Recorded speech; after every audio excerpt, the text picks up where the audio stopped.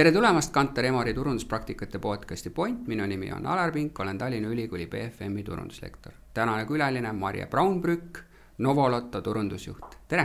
Tere hommikust! Mul hea meel sind siin näha, suure kogemustega turundajaga alati huvitav on rääkida. No kõikidega küsin ma alati seda, et kust algas esimene kokkupuude tööga, et kas sa olid ka juba selline, kes käis vanematel abis väga noorest peast või läksid kuskile malevasse või kus sa üldse tegid esimesi tööliigutusi? Esimene tööliigutus oli tegelikult hoopis lasteaias. See oli pärast 8. klassi, tähendab suvel, kui olin 8. lõpetanud, siis läksin ühte Nõmme lasteaeda kasvatajaks. See oli minu kõige esimene selline päris töökogemus, aga muidugi malevad tulid samamoodi, et oli nii õpilasmalevad kui oli üliõpilasmalevad, et need asjad käisid kõik sinna juurde ja ütleme, ülikooli ajal ka sai tööd teha, see oli ka väga loomulik. Kuule, aga ütleme jällegi huvitav koht on see, et kas sina keskkoolist teadsid täpselt, mis sinust saab ja mida sa õppima lähed või oli jälle üks juhuste rada? Ikka juhuste rada, tegelikult koolis ma õppisin prantsuse keelt. Mingisugune hetk oli see, et ma tahtsin minna prantsuse keelt edasi õppima, aga tollel aastal, kui mina lõpetasin seda Tartu Ülikoolis ei olnud, oli ainult võimalik Leningradi minna, aga kuidagi sinna oli 2 kohta võeti ja sinna ma nagu ei tahtnud minna. Tundus liiga hirmus minna täiesti teise keskkonda, teise keelde ja nii edasi. Jäin Tallinnasse ja täiesti juhuslikult läksin õppima siis tippi, õppisin majandusliku informatsiooni mehaniseeritud töötlemise organiseerimist. Väga pikk ja kõlav nimi, ma ei tea, kas sa tead, mis see tähendab? Ei tea, ma eeldan midagi majandusega seotud, aga mis tegelikult oli see infotehnoloogia ja tegelikult me õppisime programmeerimist ja samal ajal ongi selliste protsesside juhtimist ja nii edasi, nii et pärast ülikool või tippi ma läksin majandusinstituuti, tegelikult meie osakond oli veel nõukogus, tegime neile seal auhindamise süsteeme ja mingisugune kirjavahetuse süsteeme, üritasime neid automatiseerida, nii et täiesti teistsugune asi. No sa oled siis juba digipädevused juba nõukogude ajal käes, jah? No need olid väga ägedad digipädevused selles mõttes, et enamus asju said tehtud ju perfokaartidega ja kui ma nii-öelda lõpetasin viimasel kursusel, olin praktikal, siis elus esimest korda me läksime küberinstituuti ja me nägime klaviatuuri. Ja see tundus nii hirmus sinna nuppudele vajutada, et mis nüüd juhtub ja nii edasi, nii et ütleme see, mis mina õppisin, jah, see andis mingi loogika arusaama, kuidas need asjad toimivad ja see, mis tänapäeval on, need on täiesti erinevad asjad. No mis seal edasi toimuma hakkas sul? No siis ma töötasin nõukogus ja kuna tollel ajal olid ka palgad väiksed ja kortereid ei saanud ja nii edasi, siis ma sattusin üleüldse veepuhastusjaama ja sealne amet oli eriti põnev, ma olin 6. kategooria elektrik. Elektrikuks? Ja kuna jällegi, tollel ajal, Vene ajal olid kõik asjad teistmoodi. Kui sa läksid tööle elektrikuna, oli su palk palju parem, kui sa läksid tööle mingi insenerina ja kuna anti selline võimalus, siis ma ütlesin, miks mitte olla 6. kategooria elektrik ja ma olin seal 6. kategooria elektrik. Aga sealt edasi ma läksin Indrekosse ja Indrek oli tollel ajal selline huvitav koht, kus hakati tegema oksjoneid ja värke asju, müüdi telekaid oksjonitele, müüdi autosid, toodi Soomest tagasi ja seda kõike oli vaja siis nii-öelda automatiseerida ja panna arvutitesse ja siis mina olin nii-öelda see esimene, kes sinna läks, siis ma võtsin enda ka kaasa veel nõukogust 2 ägedat kutti, kes olid ikka tõelised programmeerijad ja siis me hakkasime sellega sealt tegelema. Ja sealt edasi, siis hakkasid piirid natukene rohkem lahti minema. Kas sa rääkisid Indreku puhul ka nagu 90. algus või 80. lõpp või? Kuidas see oli siis? See oli 80. lõpp ja see oli 80. lõpp, kui ma seal olin. Ja siis tuli selline firma nagu Helta OÜ. Need olid esimesed tiiburlaevad, mis hakkasid siis Tallinna ja Helsingi vahel sõitma ja oli mingi väikene konkurss ja ma sain nii-öelda Soome poolele Eesti esindajaks. Läksin sinna tööle. See oli hästi huvitav firma, tal olid väga huvitavad omanikud. Üks pool oli kultuurifond, kus oli siis Jossif Heidelkind ja Kalle Liiv olid eesotsas ja Soome poole poolt oli Keha Siivos, mis oli tegelikult koristusfirma. Niisugune väga huvitav ja laevad, mis olid siis tolleaegsed need jõelaevad, need niisugused raketad, mis siis panid kiiresti ja ruttu ja sellist asja nagu tollel ajal, kuidas me siis sõitsime Helsingi ja Tallinna vahet 1,5 tunniga sõideti ära, kui oli ilus ilm.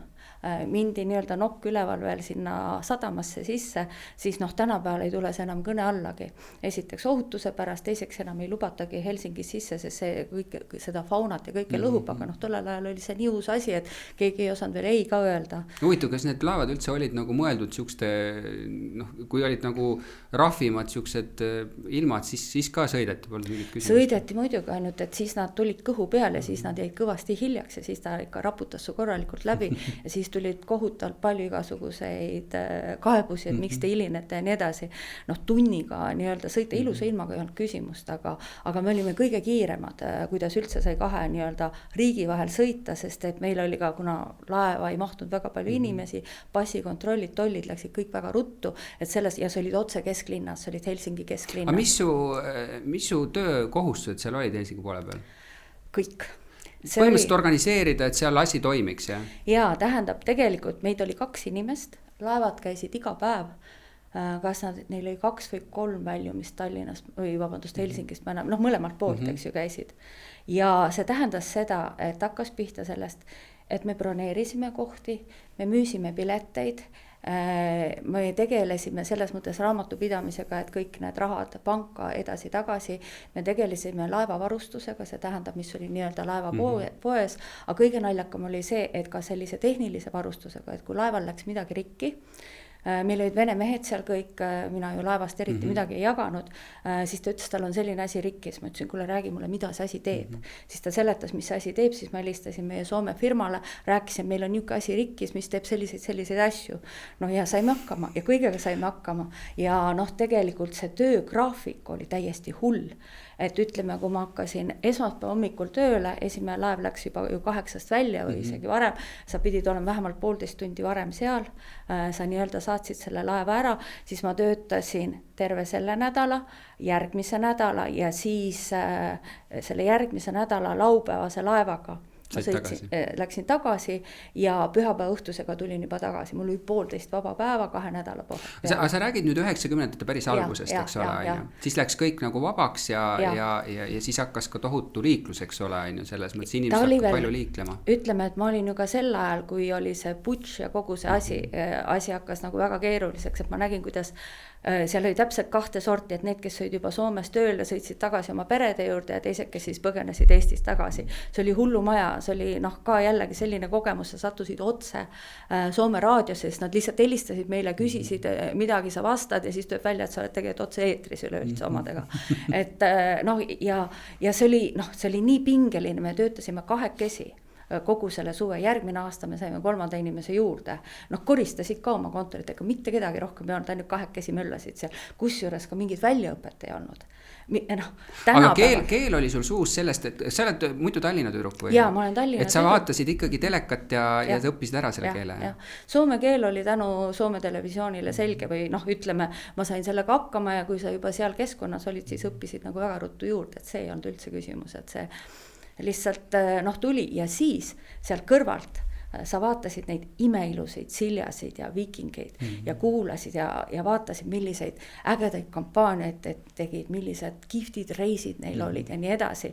Ja noh, lihtsalt mõtlesid, issand kui lahe ja kui tore. Noh, meil oli nagu see asi, et noh, tollel ajal ei olnud mingit turundust, isegi seda sõna ei olnud olemas, turundus. Sõna marketing juba oli, aga kõik küsisid, mis asi see on, see marketing, et seegi oli nagu väga kahtlane. Meil ei olnud vaja ka neid väikseid laevu turundada, nad olid kogu aeg täis, seepärast, et lihtsalt nendega oli nii kiire ja mugav sõita, kuigi nad vahest hilinesid ja nii edasi ja kõik kirusid, aga ikka tulid meiega. Ja kui näiteks väga halb ilm oli, kui juhtus see, siis meie piletitega sai kohe Tallinki peale või Georg Otsa peale, need vastavad lepingud olid olemas, et keegi maha ei jäänud ja nad said alati eelisjärjekorras, väga lihtne põhjus oli sellepärast, et nende piletite eest meie maksime siis teistele firmades valuutas, mitte rublades. Aga Tallink oli juba siis toimib või? No? Tallink oli olemas, aga ta oli Soome omanik. Siis oli hoopis nagu teistmoodi, nii et ta oli soomlaste oma, oli tollel ajal Tallink ja kuulus nagu neile. no ühesõnaga võiks öelda, et kui võrrelda näiteks, ma ei tea, siseriiklikult, et Lux Express oli siuke nagu suur nagu Silja ja Viking, eks ole, ja teil oli siuke maakonna mingi eraldiseisev väike liin, kus te siis tegite ja vaatasite, et võiks ka siuke olla, eks ole. jah, ei noh, muidugi nad olid väga erinevad tooted ja sihtgrupid ka, et kui sa seda Siljat ja Vikingit vaatasid, nad olid ikkagi väga suurel määral sellised noh, lõbureisid, et ju käidi ju firmadega, sõpruskondadega ja nii edasi, mindi sinna, peeti pidu, mindi konverentsidele ja noh, veedeti nagu ütleme, hästi suur rõhk oli selle peale. Meil oli ikkagi see, et ühest punktist A punkti B-sse, kuigi Georg Otsad ja Tallinkid, need olid juba natuke teistmoodi, need said ka aru, et tegelikult see, et inimene kulutab laeva peale on nagu väga-väga oluline. No mis edasi, kaua sa seda tegid? No sellega juhtus niimoodi, et Helta OÜ müüdi maha Indrekule. Sellele samale, kus mina ennem töötasin. Ja nii-öelda nad said minu peale kauba kaasa. Nii et siis ma jäin Indrekosse edasi. Samamoodi jäin seda laevadega, neil olid juba natukene suuremad need laevad, suuremad tiiburid. Ja tegelikult siis tuli veel, issand, küll ma enam ei suuda öelda, aga Corvierid ja need laevad tulid suured laevad juurde, nii et ma jäin nende laevadega nagu tegutsema. Aga siis ikkagi sa väsid sellest kõigest ära, et ma olin nagu mingi aja, läksin Itaaliasse. Aga see oli nii paar kuud, tulin tagasi ja mõtlesin, et mis siis edasi ja siis tuli pakkumine Estline'ilt, et kas ma ei tahaks tulla piletimüügi osakonna juhatajaks sinna.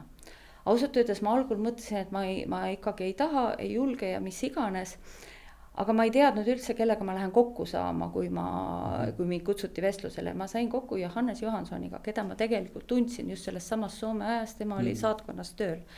Ja ma ei osanud talle ei öelda. Ma lihtsalt tundsin, ma ei oska talle ei öelda ja ütlesin, okei, ma tulen. Ja niimoodi ma sattusin Estline'i. Siis tuli krooni aeg ja kõik need asjad, et läksin sinna ja minust sai siis piletimüügi osakonna juhataja. Tollel ajal jällegi Estline'is oli nii, et see oli tõesti müügitöö, kuna kvoodid olid jaotatud Rootsiga. Rootsile kuulus 70% piletite müügist ja Eestile 30%. See tähendas tegelikult seda, et meil oli kogu aeg defitsiit. Kogu aeg inimesed tahtsid sõita, meil nagu pigem ei olnud pileteid, siis me jälle helistasime Rootsi, et kas te saate meile anda, vahest nad said, vahest ei saanud, ühesõnaga asi toimiski sellel pinnal kogu aeg, et nagu seda muretki ei olnud, et sul on raske pileteid müüa. Ja see kõik oli selle hetkeni, kui juhtus see traagiline nüüd? Jah. Kus sina sellel hetkel olid üldse? Ma olin Tallinnas oma kodus, tegelikult oli veel, see oli niimoodi, et ennem seda oli jutt, et kas Rootsi nii-öelda see müügiosakond tuleb meile või meie lähme sinna, nemad tulid meile. Ma oleks võinud ka seal laevas olla, mul isegi ema ei teadnud, kas ma olen kodus või laevas näiteks. Aga tookord juhtus nii, et mina olin siis ikkagi kodus. Ehk jälle juhus? Jälle juhus. Ja ma sain mingisuguse 3-4 ajal kõne, et tule tööle. Keegi ei öelnud, mis on juhtunud. Mõtlesin, mis mõttes 3-4 ajal hakkad mõtlema, et mis seal saab olla. Mõtlesin arvutisüsteemidega midagi, aga et kes selle nüüd avastas ja miks nii. Ja sõitsin ja tundsin iga hetkega, et see on midagi väga halvasti. Ja kui ma siis kohale jõudsin, öeldi, et laev läks 20 minutiga põhja. No see on täiesti sõnadesse mitte pandav asi, mis nagu juhtus on. Ja, aga kuidas üldse edasi nagu läks selles mõttes, et see kõik see traagika, ma mõtlen, et kuidas üldse nagu, kuidas sa tööd, kuidas sa oled selles situatsioonis, see on pikk periood tegelikult, kui kõik, ma ei tea, ma lihtsalt tean ühte, kes Siiri Same, kes on avalikult ka võtnud sõna, kes oli sellel ajal ju seal peal, kui ta põhja läks ja ta on ka hiljem turunduses ju töötanud, me oleme kokku puutunud, et ta on rääkinud nendest traagilistest sündmusest selle läbi, aga ma olen aru saanud, ega see on teda ka väga palju raputanud tegelikult eluliselt. Et kuidas üldse on võimalik nagu edasi tegutseda, ma ei tea, ettevõtte sees ja ümber? Ja? Ei tegelikult sa satud sellisesse keerisesse, ma ütleks selle peale. Sul pole aega tollel hetkel mõelda, sest esimene asi, mis tuli need nimekirjad paika saada, reisijate nimekirjad. Reisijate nimekirjad olid tollel ajal, meil olid nii-öelda reisijate lehed, see tähendas seda, igaüks täitis selle lehe ise, üks koopia läks laeva, üks jäi meile. Ja siis olid veel eraldi olid rühmad või grupid ja grupi nimekirjad. Kõige hullem, mis üleüldse oli see, et meil oli ühel administraatori tüdrukul oli sünnipäev, see oli 21 ja seal olid tal veel sõbrannad, ta oli ennem laevas töötanud, siis oli tulnud kaldale. Ja teine tüdruk, kes läks ka sünnipäevale ja vastutas gruppides, ta võttis need kõik nimekirjad kaasa. See tähendas seda, et meil puudusid absoluutselt grupi nimekirjad. Et lihtsalt teile sattus niisugune olukord, eks ole. Ja noh, sellest tuli ka hästi palju loomulikult kriitikat, aga noh, see oli midagi, mida me ei saa mitte kuidagi, noh, midagi ei olnud teha enam, need nimekirjad läksid koos. Ja polnud ka sellist arvutisüsteeme, eks ole, tollel hetkel olemas. Ei, meil oli ainult broneerimissüsteem, muud mitte midagi, mingeid nimekirju sealt ei tulnud. Ja siis oli läks veel üks päev mööda, me nende nimekirjade järgi, nende kaartide järgi tegime siis neid nimekirju ja siis tuli kapo ja võttis kõik algdokumendid meilt ära. Et noh, see oli ka selles mõttes väga hull, seepärast, et kõik oli ju käsitsi kirjutatud, see tähendab see, kui sa selle nii-öelda ümber trükkisid, võis tekkida vigu ja see oligi tekkinud vigu, sest inimlikud vead, eks sa loe, igale inimesel on erinev käekiri, seda ei olnudki lihtne lugeda. Aga ja siis noh, läks, lihtsalt sa olid sellises virvarris, et sa käisid kodus ainult magamas ja enamus aega olid kogu aeg tööl. No ja noh, mida see kindlasti teeb inimesega on see, et ta teeb su palju tugevamaks ja teistpidi ta paneb õudselt su väärtused paika. Et mis on tähtis ja mis ei ole, eks ole. Et noh, ükskõik kuhu ma olen läinud ja tegelikult mu filosoofia ongi see, et seni kuni on kõik elus, on kõik hästi. Ja nii ma arvangi.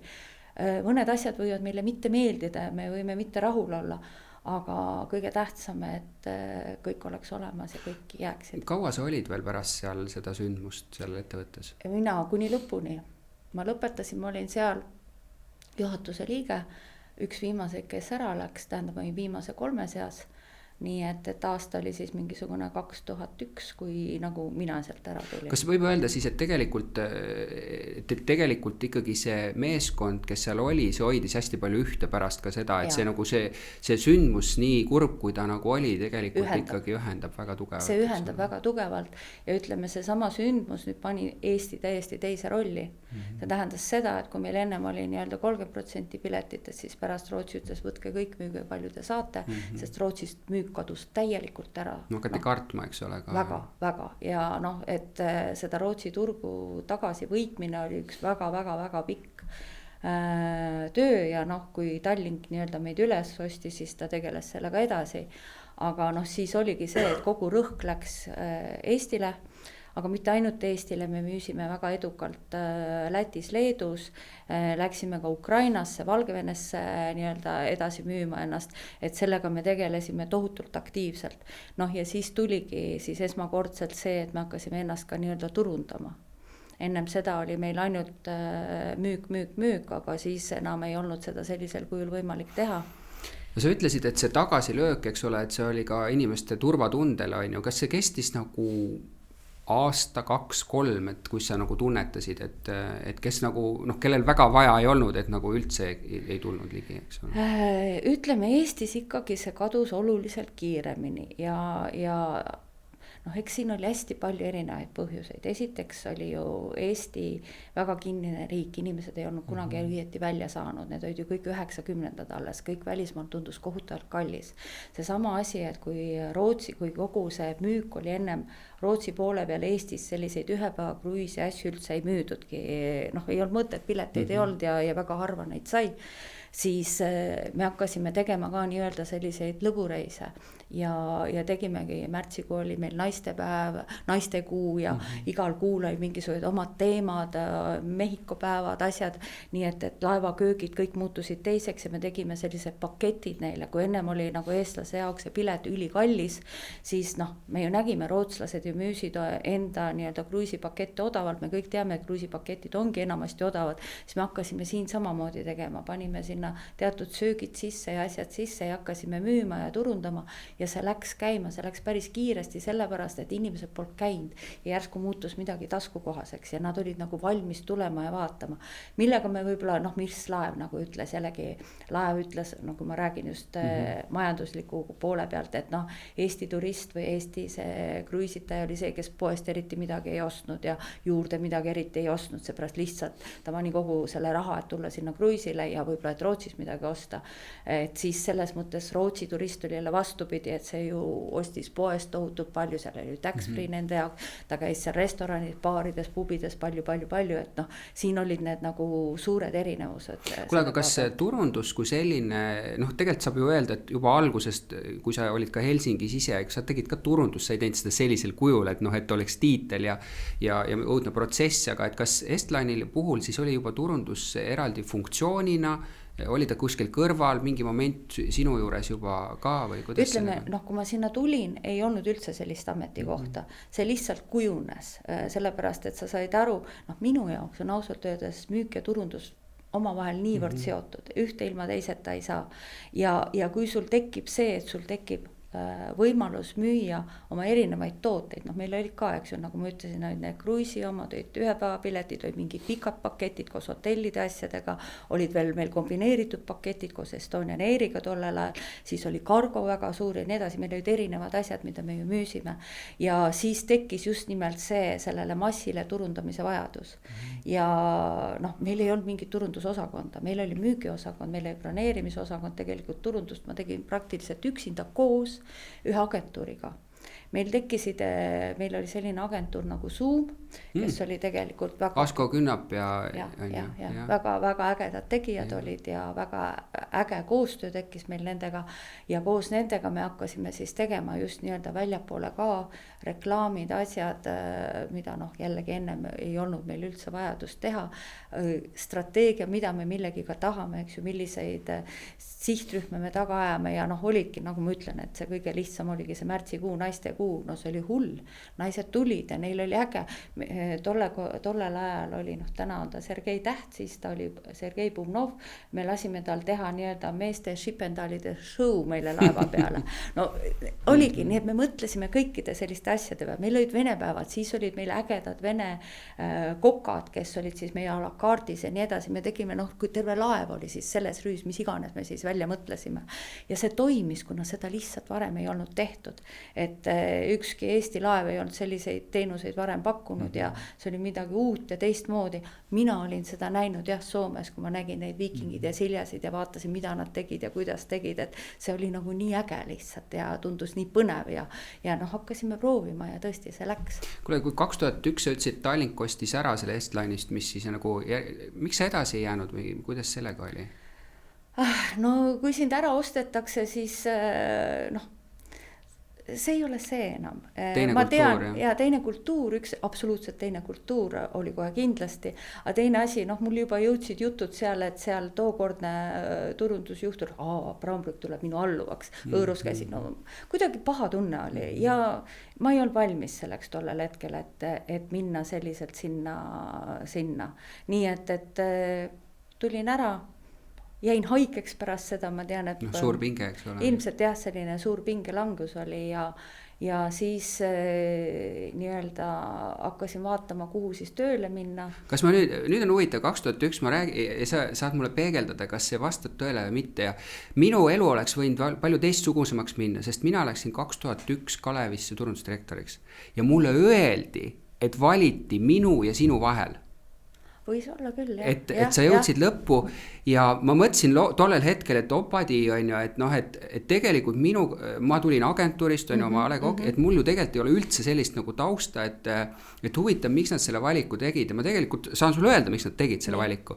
Sellepärast, et valiku tegi ju omanik Oliver Kruda tollel hetkel ja ma sain aru, kui mina läksin Krudaga kohtuma, on ju, et Kruda vihkab turundajaid. Tollel hetkel. Ta vihkas neid kurundajad sellepärast, et kõik need välismaa konsultatsioonifirmad, nad kõik rääkisid talle, kuidas asju peab tegema ja noh, tema mingi sükene Põlvast tulnud poiss, ta ei tahanud üldse kuulata. Ja mina rääkisin talle täitsa teist juttu ja ma tean, et tollel hetkel, noh, mu loogika on alati olnud selline, et noh, et kui võib ju teistmoodi ka alati teha, aga tegelikult loomulikult see, mis juttu turundaja rääkis, oli õige, ega see, mis konsultant rääkis, oli õige, aga ta ei tahtnud seda kuulata ja ma ütlesin, et teeme teistmoodi asjad, on ju, ja see müüs mind ära, on ju, sest ta kuulis, see mees mõtleb kuidagi teistmoodi ja ma arvan tegelikult, et sa oleks kindlasti olnud õigem inimene tollel hetkel sellele. Ja ma mõtlen nagu tagantjärgele mõtle, kus oleks minu elu teistmoodi läinud, on ju, sest see andis mulle üldse nagu võimaluse kõik need järgnevad aastad. Minu elu oleks ka hoopis teistmoodi läinud. Et see on jah, et see asi on nii juhustest kinni, ma ütlen veel kord, kui ma poleks tookord läinud Johansoniga kohtuma ja öelnud nii-öelda telefoni teel, et ma ei tule, mu elu oleks hoopis teistsugune. Elus on nii palju juhuseid, ka see, et ma sinna Soome tööle sattusin, oli ikkagi ka juhus, puhas juhus, et tekkis see võimalus ja samuti meil oli seal väikene konkurss ja see, et mina sinna sõelale jäin, ma käitusin seal täiesti valesti, me ei osanud ju ennast üldse müüa. Ma olin nagu pigem selline, et ega midagi ei juhtu, kui te mind ei võta. Sellise olekuga niisugusega natukene, lihtsalt me ei osanudki käituda, ma käisin Soomes ju jutuajamisel. Aga nad võtsid minu lõpuks ja tänu sellele ma sattusin laevadega kokku. Kusjuures veel on hästi kummaline asi minu elust või sa korra küsisid ka, et kas ma teadsin, kelleks ma tahan saada, kui ma nagu noor oli. Mu isa oli meremees.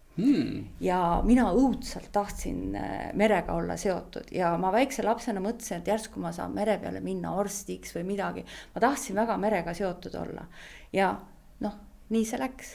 Ma küll ei läinud ei arstiks ega kokaks sinna, aga ikkagi läbi juhuse, vaata, mul on ka nagu sarnane, et mul ju vanemad on lõpetanud mõlemad ka tipi nagu toiduante tehnoloogia tegelenud nagu nõukogude ajal seal toitlustuskoondises ja igal pool mujal ja ma sattusin ka aga ma ei ole mingi toidu tegija ja kuidagi nagu elu, ma ei tea, miks ta viib niimoodi, see oli nagu huvitav. Jah, viib kuidagi väga kummaliselt nii-öelda need seosed tekivad ja sa jõuad kuidagi sinna kohta välja, mida sa nagu ootasid mingit. Aga kuhu sa siis nagu kui see 2001 tuli, sa seal otsisid oma kohta, kuhu sa jõudsid siis lõpuks? Ma saatsin veel oma CV KPMG-sse. Seal ei olnud kunagi ühtegi turundajat olnud. Aga seal KPMG-s, ütleme, olid asjad absoluutselt teistsugused, ta on ühe suure korporatsiooni liige, eks ju. Ja ma hakkasin kahtlema endas, et kas ma ikka sobin sinna ja nii edasi ja tuli veel mingi avaldus, ma ei täitnud seda ja siis tuli kõne, et kas ma ikka ei tahaks tulla. Ma ütlesin, et ma ise arvan, et ma ei kvalifitseeru päris iga asjaga teile ja nii edasi. Nad ütlesid, ei, tulge ikka, et räägime. No siis ma läksin sinna ja läksingi sinna tööle. Läksingi sinna turundusjuhina tööle või oli ma siis, ma ei mäleta, või oli see projektijuht, neil vist ei olnudki midagi sellist. Ja too oli siis, kui see Waterhouse tuli, Price Waterhouse tuli ja kui KPMG-l oli ennem nagu loomulikust väga suur turu osa, siis Price Waterhouse hakkas neid seda hoolega kohe ära võtma ja seda oli nagu näha ja oli vaja midagi teha ja nad ise nagu ei teadnud, mida ja kuidas teha ja siis ma käisin kõigepealt, ma tegin endale selgeks, mis tooted meil on.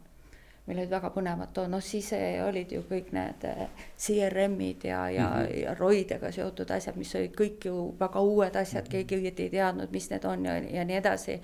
Ja mõtlesime, et mida siis teha ja mõtlesime siis välja, koos, mul olid nii kihvtid kolleegid seal kõik selles mõttes, et kõik olid ju väga targad ja ägedad inimesed, ka maksukonsultandid ja mis seal kõik on, auditeerimine loomulikult, aga seal oli nii palju neid kõrvalprodukte, mis olid väga põnevad CRM-id ja asjad ja mõtlesime, mida ja kuidas teha, et tegelikult me nägime, et kitsaskoht on selles, et ettevõtted ei tea, mida nad sellest saavad. Nad lihtsalt ei tea, mida see neile annab, kui nad hakkavad neid tooteid kasutama ja nii edasi ja siis me tegime sellised poole päeva seminarid, tolle ajal seal Radissoni kõige kõrgemal koos lõunasöögi asjaga kutsusime tõesti tippjuhid kõik kohale ja nii-öelda hästi fokusseeritud kellele mida, kusjuures meil oli välja pandud, et üks asi, see KPMG siis rääkis need tooted ilusti lahti, meil olid seal välislektorid juures ja kõik ja siis me igaüks olime valinud, kellega me siis nendest räägime ise, et saada nad ikkagi kätte ja see toimis.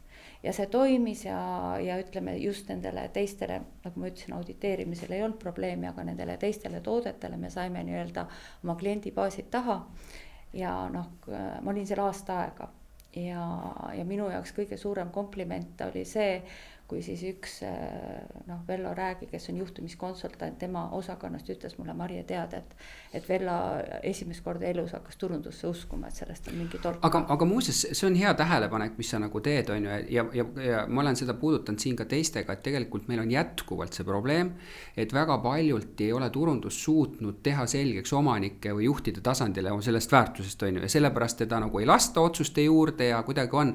Ja nüüd nende, kus me näeme neid, et need asjad on õitsenud, on ju, need turundus kui ettevõtte ise on tegelikult siis sellel samal juhil tekkinud väga hea kogemus või klapp kellegi turundusinimesega ja nad on veel aastaid käinud hiljem koos kaasas, sellepärast, et kuidagi nagu nähakse sellest kasu.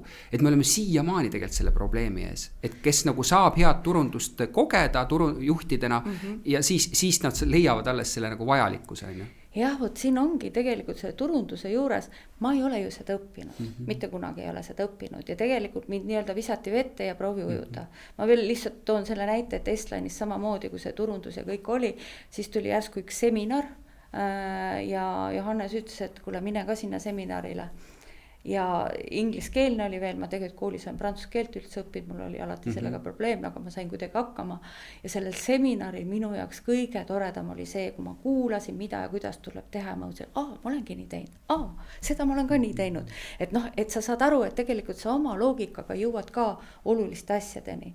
Ja minu jaoks on alati turunduses tohutult oluline see, et esiteks ma saan aru, mis on mu toode, kellele see on ja et ka kellele ma tahan pakkuda, et ta saab aru, mida ma talle pakun. No vaata, turunduses minu meelest hästi palju tervet mõistust ja tegelikult see teooria on ka tegevuste kirjeldus lihtsalt, et mis järjekorras sa pead mingid asju ära tegema ja lihtsalt on siis toodud sinna juurde sellist nagu parimat praktikat. Ega seal midagi muud ei ole, sellepärast ma arvan, sa leidsidki seda, et loogiliselt neid asju tehes sa saadki sinna nagu tulemini, eks ole, ja seda ka ülikoolis õpetatakse, ega seal midagi muud ju ei õpetata. Ega muud ei õpetata, jah, et muidugi see ülikoolis jällegi sa võib-olla mingid asjad nii-öelda, kuna see on teooria, sa nagu astud üle, aga kui sa oled selle kõik etapid ise läbi teinud, siis see on jällegi natukene teine tunne, et sa nagu tajud seda väga-väga hästi. No ja see 90-ndatel oli tõesti, et me tulime ju ajastust, kust meil üldse ühtegi eriala raamatutki ei olnud, siis meil seal hakkasid liikuma, et me käisime välismaal, saime ainult need esimesed kursused, välismaalased tulid, on ju, et loomulikult see oli niisugune nagu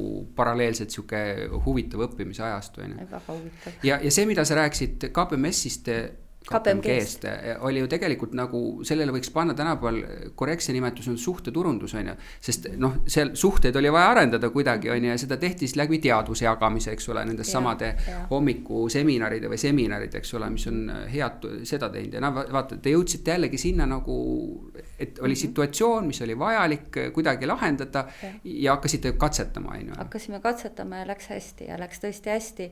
Jällegi, kuna me olime ise nii fokusseeritud, me teadsime, keda me sinna kutsusime, me teadsime, mis võivad olla nende vajadused. Tegelikult oli ju ka palju selliseid, kes olid juba audiitorteenust meie juurest võtnud ja siis lihtsalt me nägime, mida neil oleks veel juurde vaja, et see oli koostöö, see ei olnud nii, et turundus tuli ja ütles lihtsalt, ma hakkan seda asja tegema. See oli tegelikult ikkagi, et sa teed endal kõigepealt selgeks selle firma nii-öelda need tooted nagu, mitte rohujuure tasandil, aga et sa saad aru, milleks nad on ja kellele sa peaksid neid. Mõtle, sa ütled tegelikult nagu, mis ongi korrektne, et sa tegelikult räägid ju teenusest, teenus on see, aga sa ütled teda toode, et tihti peale neid nagu nähakse erinevalt, tegelikult see on üks toode, on ju. Kas sinu jaoks on mingit vahet, kas sa turundad teenust või toodet või? Nagu klassikast füüsilist toodet versus, eks ole, tõesti mingisugust. Tegelikult ma ei ole kunagi füüsilist toodet vist turundanudki, ma ikkagi enamasti on ikka alati teenus, et ütleme, ma ei ole piima turundanud kunagi, eks ju. Jah, et mul on alati olnud ta teenusega seotud, aga kui ma nüüd praegu vaatan ka kasiinot, millega ma tegelen palju, ka seal on väga palju, me ütleme ise, et nad on tooted, ühed on lauad, mida eks ju mängitakse, ühed on slotid, mida mängitakse, siis on meil baar olemas, siis on spordibaar, sporditeenus või siis on üleüldse entertainmenti, pakutakse kontserti ja kõike seda. Nad on kõik natuke erinevatele aga nad on ikkagi teenused, nad on teenused, nad on ikkagi teenus. Jah, ma nimetan teda enda jaoks nagu tooteks, kuna teenus läheb nagu laiali, siis on juba tuleb, eks ju, see teenuse kvaliteet, kuidas mul teenindajad ja nii edasi läheb segamini, sellepärast on see toode alati lihtsalt minu jaoks öelda, aga ma ei tea, kas see on korrektne. Aga vaata jällegi, see on huvitav, et sul on ju juhuslikult tekkinud see, et sa oled nagu teenustega kokku sattunud, sa ei ole otsinud seda, on ju. ja seal on nagu sisuline vahe on küll olemas, eks ole, kuidas neid natuke nagu teha, aga see on huvitav, et sul niimoodi on. Aga kus sa edasi liikusid? No siis tehti seda headhuntingut ja Olympic tuli pakkuma mulle. Tegelikult ta ei tulnud mulle üldse seda turundust pakkuma, vaid ta tuli tegelikult operatsioonide juhti. See oli nagu väga naljakas oli see selle koha pealt, et ega ma ise aru ei saanud, mida nad mulle pakuvad. Aga kuna need tingimused, mis pakuti, oli nagu väga ahvatlevad, siis ma läksin sinna konkursile. KPMGs ma ka ütlesin, et ma seda teen ja tegelikult oligi, et kuna lihtsalt need tingimused olid nii palju paremad, ma olin väga valmis KPMGs edasi tollel hetkel jääma, sest juba kõik oli tuttav, sa said aru, mis teed, ma teadsin, et nüüd ma sukeldun jälle kuhugi uude kohta. Aga oligi, et me jäime 2 viimastena sinna operatsioonide juhi kohale, üks oli Hando Sutter ja teine oli mina. Nii et väga lugupeetud absoluutselt, ma ütlen ainult müts maha tema eest ja Hando võeti sinna tööle ja ma ütlen jumal tänatud. Ja siis ma mäletan, ma vaatasin nende seda aastaraamatut ja mõtlesin, issand, siin ma tahaks küll turundust teha. Ja läks mingi 2 nädalat mööda ja nad helistavad mulle, et aga kas ma ei tahaks neile turundust tulla tegema. Aga see võeti kellegi asemele või? Neil oli just see eelmine inimene ära läinud ja siis ma mõtlesin, vau, et see on küll äge. No ja nii ma sattusin siis kasiinondusse. Ja siin on ka niimoodi, et inimesed on hästi erinevad, et mõni inimene ütleb kohe, et oi ei. Mina olen jälle niuke, seda tüüpi, kellel uued asjad on põnevad ja kasiino tundus minu jaoks jube põnev asi. Ja jällegi esimest korda, kui ma nendega kokku sain, siis ma sain ka kohe aru, et see on see firma, mis mulle väga-väga meeldib, põhjus täitsa teistsugune kui arvata võiks, aga me saime kokku Park Kasiinos, tollel ajal oli see Kungla hotell veel ja seal all oli see, ma ei olnud ju ka õieti kasiinos käinud, ise mõtlen, et kuidas ma sinna lähen, mismoodi, et personalijuhiga pidin kokku saama, et mida ma ütlen ja nii edasi ja astusin uksest sisse niimoodi kohmetult ja kohe tuli mingi turvamees, küsis, et kuidas ta saab mind aidata. Ma ütlesin, teate, et mul on üks kokku saamine, et palun tulge istuge, siin on meil lounge'i ala. Tästi positiivne. Ja kas te kohvi soovite seda? Mul oli kõik see pinge oli maas ja siis ma mõtlesin, vau, milline teenindus. Ma teadsin, kuidas me Estline'is nägime vaeva hea teenindusega. Eestlased ei ole väga head teenindajad, puudub just see avatus. Et võibolla ma teen kõik asjad hästi ära, aga just see avatud ja veel 90-ndatel. Sa mõtled, kas sõbralikkus või? See avatuse all või? Ja ma mõtlen sellist sõbralikust ja see, et sa kohe märkad mind. Sõbralikud võidi isegi olla, aga see, et tullakse kohe juurde, kutsutakse ja suudetakse see pinge kohe maha sult võtta. See oli nagu väga äge ja ma ütlen, et üldse kogu see Olympiku teenindus oli väga hea. Ja kui veel arvata, et kasiino on nagu kahtlane koht või ebaturvaline, siis ma pidin tõdema seda, et kasiino on üks kõige turvalisemaid kohti. Miks? Sest seal on kaamerad igal pool. Kui sul telefon ära varastatakse, vaadatakse järgi ja alati teatakse, kes see varas oli. Et ta oli kuidagi ja sa oled nagu hoitud seal. Ja nii ma sain ühesõnaga esimest korda kokku. Siis ma sain teada, et neil on ISO tehtud. Juba tollel ajal. Tollel ajal. Sa räägid nüüd 2000-ndate keskelt? Ei, algus. Algus isegi juba. Ja see oli 2001 oligi kui ma sinna läksin. Või oli 2002 ja 2002 läksin. Neil oli ISO tehtud, mis avaldas mulle ka muljet, sest me Estline'is alustasime selle ISO tegemisega. Ja ma teadsin, kui keeruline ja kui vaevarikas protsess see on. Ma mõtlesin, kasiinofirma on näinud vaeva ära teinud. No kellele nüüd jälle see ei ütle midagi, see on standardiseerimisprotsess, eks ole, kuidas protsessid peaks liikuma? Kõik protsessid, et kuidas nad peaksid olema ja ütleme sellises kasiinomajanduses on protsesse väga palju ja siis, kui Armin läks edasi teistesse riikidesse, siis oli see väga hea võtta need protsessid kaasa, sa kohandasid need vastavalt sellele seadusandlusele, aga sul oli see algus kõik olemas. Nii et see oli tal nagu väga nutikalt, targalt tehtud. Tal oli balance scorecard olemas. Need samad seminarid, mida me tegime, Olympic oli sinna ka kutsutud, võibolla ka sellepärast ta teadis mind juba natuke ja kutsus, et CRM-iga juba tegelesid, et ta võttis kõik uued asjad juurde. Ta võttis juhtimis, ka seesama Vello Rääk ja Jüri Sakkeus käisid ju juhtimiskonsultantidena meil nii-öelda abiks ja õpetamas meid ja aitamas meid, et see oli nagu täiesti super.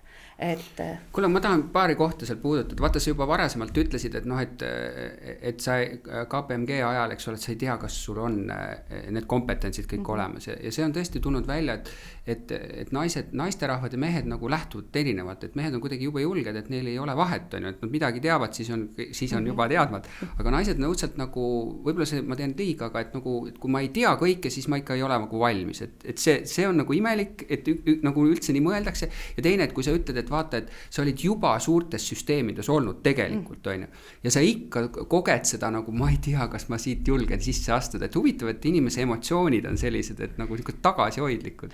No jah, ilmselt ongi, et see enesehinnang ei ole nii kõrge või ma räägin, me tulime nii sellest Nõukogude Liidust, eks ju, sellest väga kummalisest majandusest, kus asjad ei olnud õigete loogiliste asjadega nagu paika pandud, oli mingi plaanimajandus ja oli mingid, toodeti mõttetuid asju ja öeldi, et tehti 5 aastat 3 aastaga ja nii edasi. Et me olime tulnud nagu mingist niivõrd jaburast süsteemist ja sa tuled ja sa pead hakkama kohe tegema ja siis sa muidugi ikkagi mõtled, kas ma saan ja kas ma olen nii nutikas, et tulen sealt välja ja kas ma saan asjadest aru. Ja kui veel kasiinondusse minna, siis ma veel mäletan oma esimest koosolekut, juhtkonna koosolekut, ma ei saanud poolest jutust aru. Kas turundusjuht oli siis juba ka juhtkonna liige või ta pigem ei olnud või? Ta oli juhtkonna koosolekutel, ja. Armin nagu jällegi ma ütlen, et ta nagu väga hästi sai aru, et turundus on oluline, ilmselt ka sellepärast, et ta ise oli piisavalt käinud Las Vegases ja näinud, kuidas seal kõike tehakse ja mismoodi, et ta tajus seda täiesti ja ta kindlasti hindas turundust ja ma olin otse tema alluvuses. Kuidas, sa oled... Õieti küll, vabandust, ja Hando oli ka, tähendab, Hando oli nii-öelda operatsioonide juht, aga ma nii raporteerisin nii Arminile kui Hando. No arusaadav, eks omanikud tavaliselt olidki hästi ligidal kogu nagu käed, ütleme, käed nagu sees asjades, jah. Et et Armin Karu on ka tegelikult selline legendaarne juht ja tegelikult mitte ainult juht, vaid tegelikult ehitas ju üles väga suur asja, jah. Et kuidas sa iseloomustaks, mis iseloomuomadused temal olid, mis üldse nagu viis teda nii kaugele? Kõrvalvaatajana nagu. Jaa, ma ütlen nüüd seda, ma lugesin teda Steve Jobsi raamatut. Ma ei tea, kas sa oled lugenud seda? No ma olen seda filmi näinud, eks ole. Ja ma lugesin seda raamatut ja ma mõtlesin, täpselt nagu Armin. Nad ei ole lihtsad inimesed. Neil on väga konkreetne visioon ja nad teavad, mis nad tahavad. Sa räägid nagu nõudlik väga nõudlikud ja nad lähevad pisiasjadesse kinni võivad minna. Ta võib sellise asjaga sa mõtled, miks ta sellega nüüd üldse tegeleb, aga ta teeb. Steve Jobs oli täpselt samasugune, kui nagu lugeda, siis alluvad olid ikka temaga tihti peale väga hädas. Ega Arminiga oli ka, ta teadis nii täpselt, tal oli täpselt oma see tahtmine. Aga samas, mis mulle nagu väga meeldis, et ma alati sain Arminile öelda, kuidas mina näen seda asja ja oma seisukohta põhjendada ja kui tema otsustas teisiti, ta oli omanik. Siis tegime teisiti. Aga ta oli ka nõus muutma oma arvamust, eks ole? Ja kui ta leidis, et see on nagu õigem, ja kui ta tuli ja ütles, okei, see on väga hea mõte, sul ta väi teeme niimoodi, et ta oli nõus, et ta ei, aga see nii-öelda see minu välja pakutud asi pidi viima lõpuks selle tema eesmärgini, eks ju, et see oli oluline, et ta näeb, et see aitab kuidagi paremini võib-olla kui mingi teine tee, et see oli tema jaoks alati oluline, aga jah, temaga sai rääkida, ta oli kohutavalt sihikindel ja kõige rohkem tal oli visioon, ta teadis, mida ta tahab ja ta teadis, milline see asi peab olema, ta oli nagu väga nõudlik teeninduse osas, see, mismoodi nägid välja meie saalid, see, milline oli logo, see, kuidas logo kasutati, see, et peavad olema täpselt need värvid ja täpselt näiteks need, kes trükkisid meie visiitkaarte, need olid tumesinisel põhjal, siin oli veel foolium ja punane, mõnikord tuli 10 korda tagasi saadeti, seepärast sinine oli vale. Sinist ongi raske trükkida, ta kipub niisuguseks lillakaks minema, ta saatis kõik tagasi. Nii et ma ütlen, ta oli pisiasjadeni alati väga-väga nagu nõudlik ja ta märkas kõike ja ta nägi kõike. Kui kusagil mingi LED ei põlenud, ehitusjuht sai kohe. Kuule, aga kas seal, sa ütlesid Las Vegas, kas te võtsite nagu palju just, mis Ameerikas toimus kasiinonduses ja võtsite üle neid, ma ei räägi nüüd nagu toote tegemine, see on üks asi, aga ka turunduslikud igasugust kampaaniad või ei? Tähendab, siin ongi, kui me räägime jälle kasiinonduses, siis kasiinonduse poole pealt on euroopalikud kasiinod ja on ameerikalik. Nende kõige suurem vahe oli, tollele nüüd juba see ühtlustub, aga eriti siis Euroopa kasiinod olid eelkõige kinnised kasiinod. See tähendab, nad olid nagu klubilised. ja näiteks veel 2000 alguses oli Inglismaal selline asi, et selleks, et minna kasiinosse, sa pidid ette registreerima 48 tundi. 48 see on siuke võib-olla, see võis olla siis mingi ajalooline asi või on see siuke nagu calm down asi, et mõtle üle? Ta oli ikkagi nii-öelda mõeldud teatud ringkonnale, sa pidid omama teatud positsiooni, sa pidid olema aktsepteeritud, sa ei saanud olla kes iganes. Las Vegaslik kasiino oli avatud kõikidele. Just nimelt, et ta on üks meelelahutuskoht. Ma ei tea, kas sa oled käinud Las Vegases? Ei ole. No Armin ju viis meid sinna ka ja meil oli seal igasuguseid koolitusi, asju ja nii edasi. Ja tegelikult ega Las Vegase üks osa tuludest on kasiinod. Millised restoranid, millised konverentsid, millised loomaaiad, millised akvaariumid. No see on, sa satud nagu mingisugused muinasjutu maale. Ma algul mõtlesin, et kas mulle käib see närvidele, seal on palju skitši, eks ju, seal on Eiffeli tornid ja püramiidid ja mida iganes. Aga see on äge. No ta on tõesti, see ongi, et võt, nagu lõbustuspark nagu natuke, lõbustuspark täiskasvanutele. Ja ütleme, need tooted olid kõik sellised, mis nagu iga üks tõi sisse, need tohutud kontserdid, eks ju, see Lindi on, kui pikalt ta seal esines aastaid minu meelest ja Elton John samamoodi. See rahvas käis seal, kogu aeg oli seal rahvast ja ta oli nagu kihtit üles ehitatud. Igal kasiinol olid mingisugused oma nii-öelda pakkumised, oma kampaaniad, asjad. Loomulikult me vaatasime sealt.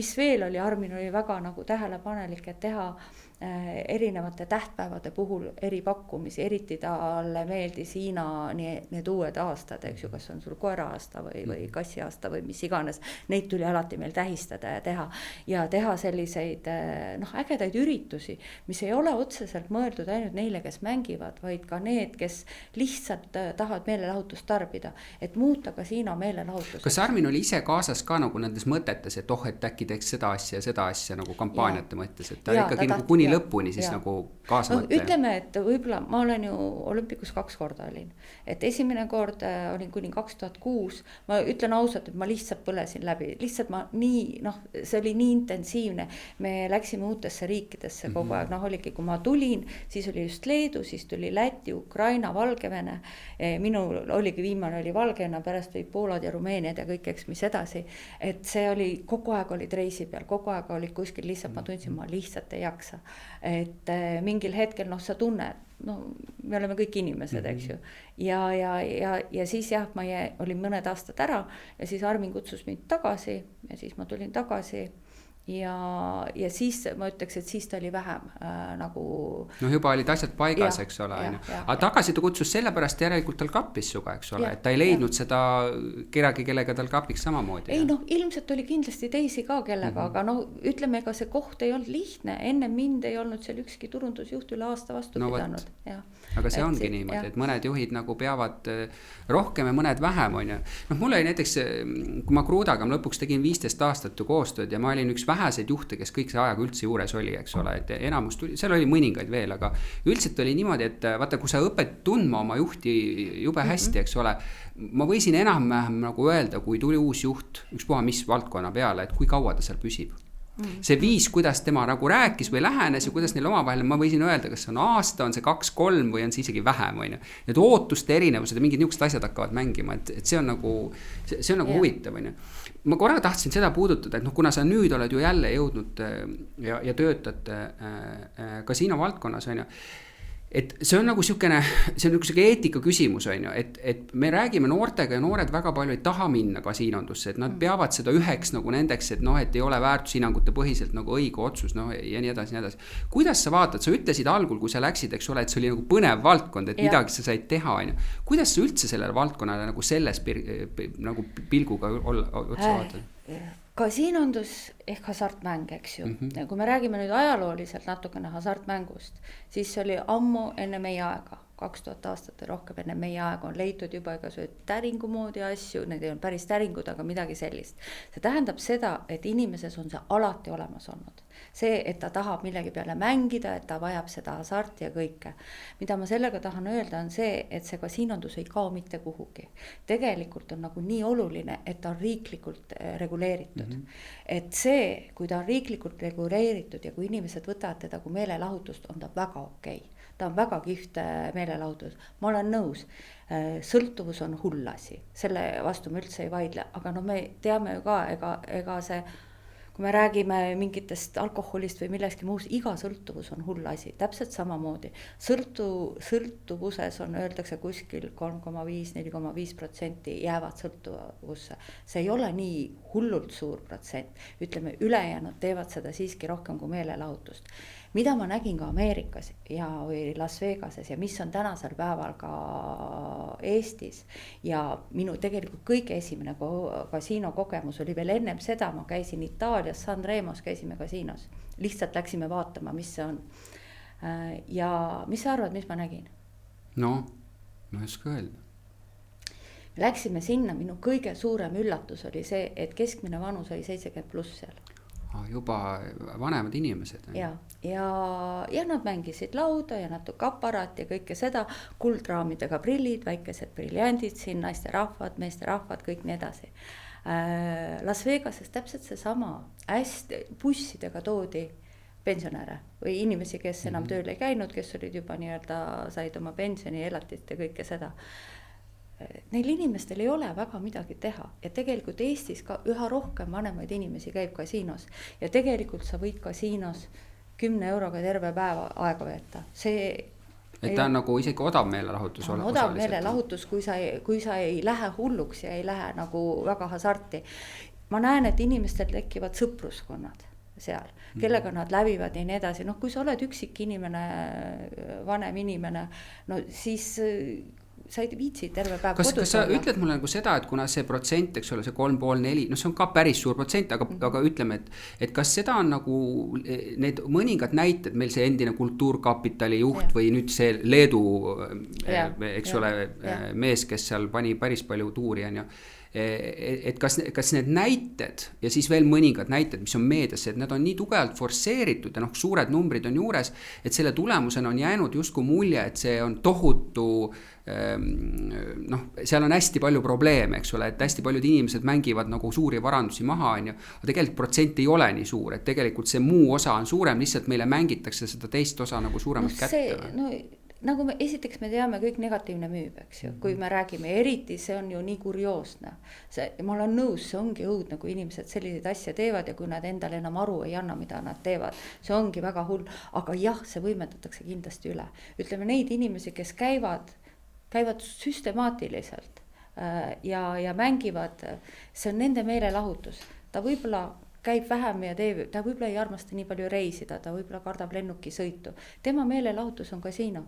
Et sa vaatadki seda nagu ühes selles, et on ta siis, ma ei tea, käib kontserditel, sööb, eks ole, joob kallist alkoholi, eks ole, käib klubides, et see on lihtsalt üks, eks ole, meelelahutusviisidest. Tal on lihtsalt nagu jäänud halb selline nagu mulje või maine külge, eks ole. Jah, sellepärast, et inimesed võtavad suuri riske sellega, tähendab, kui sa hakkad neid liiga suuri riske võtma, mis on üle sinu võimete, siis läheb asi käest ära. Kas väga suur vahe on ka nüüd nendel online kasiinodel versus nagu füüsilistel kasiinodel või näed sa seal mingisugust nagu printsiibi erinevust, need tüpaasilt, kes nagu ühte või teist teevad või?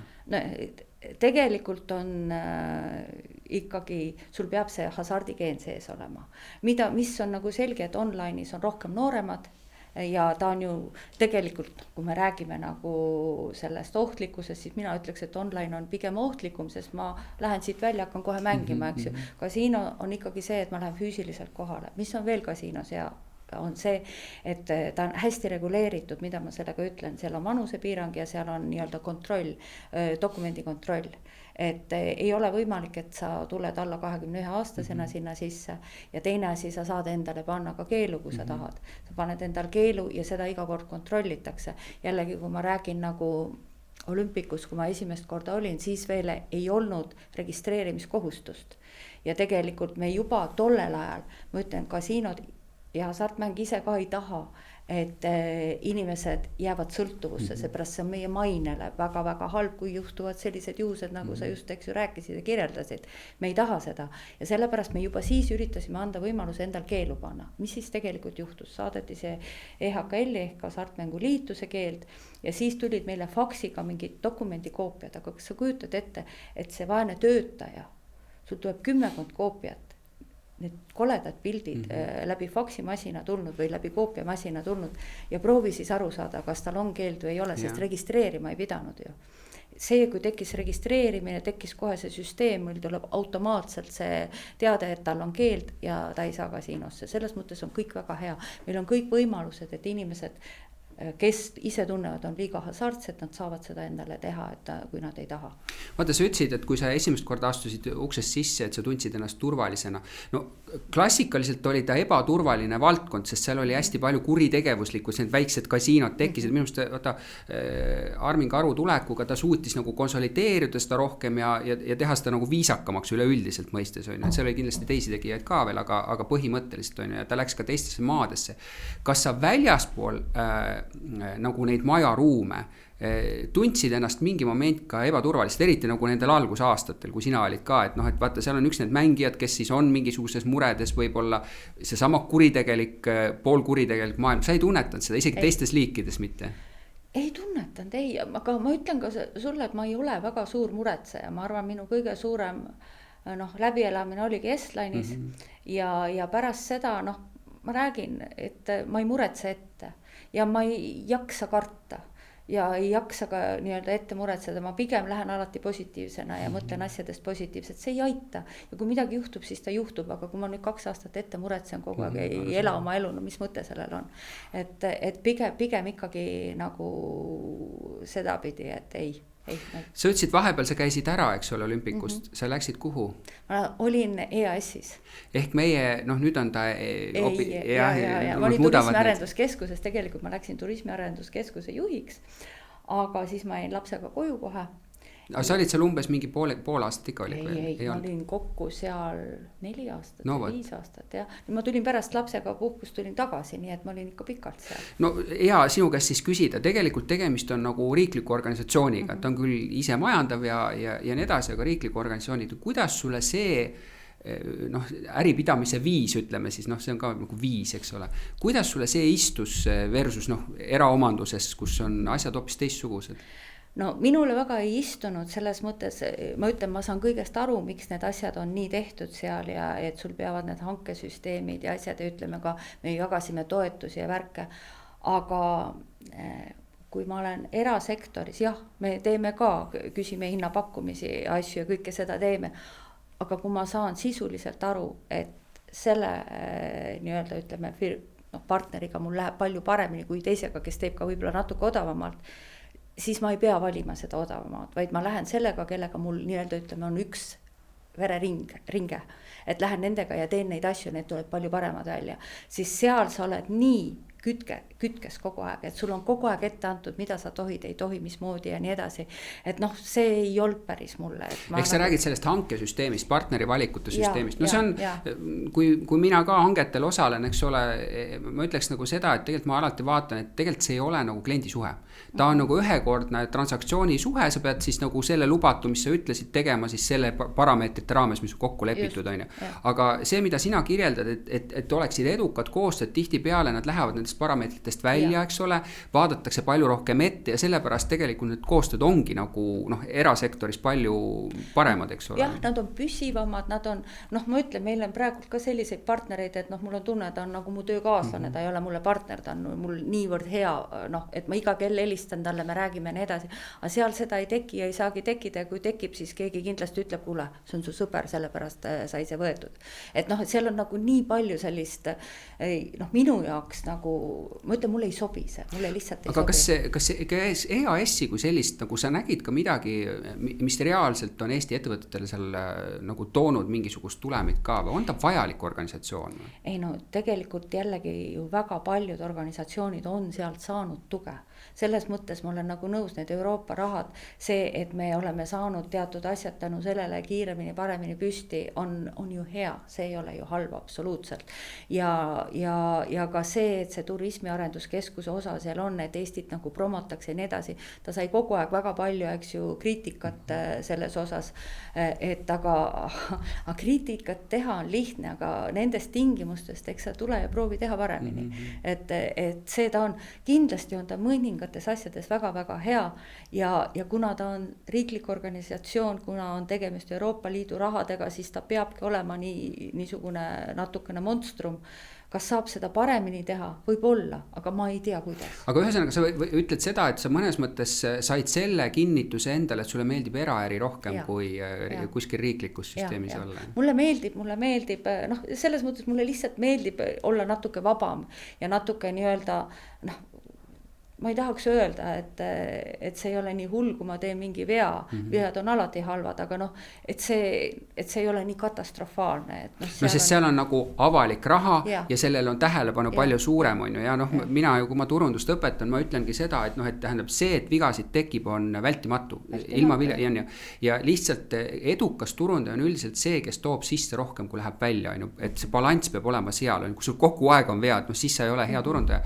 Aga ma olen sinuga nõus, et riiklikes süsteemidesse karistatakse ära väga kiiresti, sellepärast, et noh, mis mõttes ei tohi teha. Ja mis siis juhtub? Kõik asjad lähevad nagu konservatiivsemaks ja tegelikult sa ei saa eriti nagu teha mingid asju, mis nagu ka mingid tegurid. See julge teha, eks ju. Meil on hea näide on ju meie endise esileediga, eks ole, kes tegi ka seda Brand Estoniat ja tegelikult ju arusaadavalt, miks nad asju seal tehti, eks ole. Ja need rahad ju ei olnud ka nii suured, kui sa võtad kõiki muid mastaape, aga no issand jumal, kui palju sellest saadi siis nagu vastu pead ja jalgu.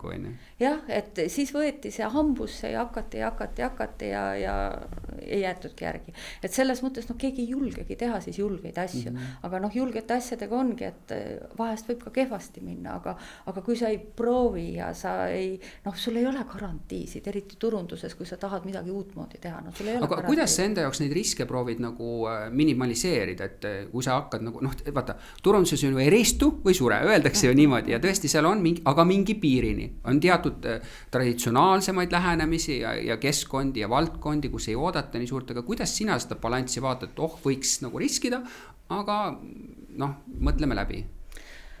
See on hea küsimus, et tegelikult midagi ei ole teha, hästi palju teed ikka sabatundega.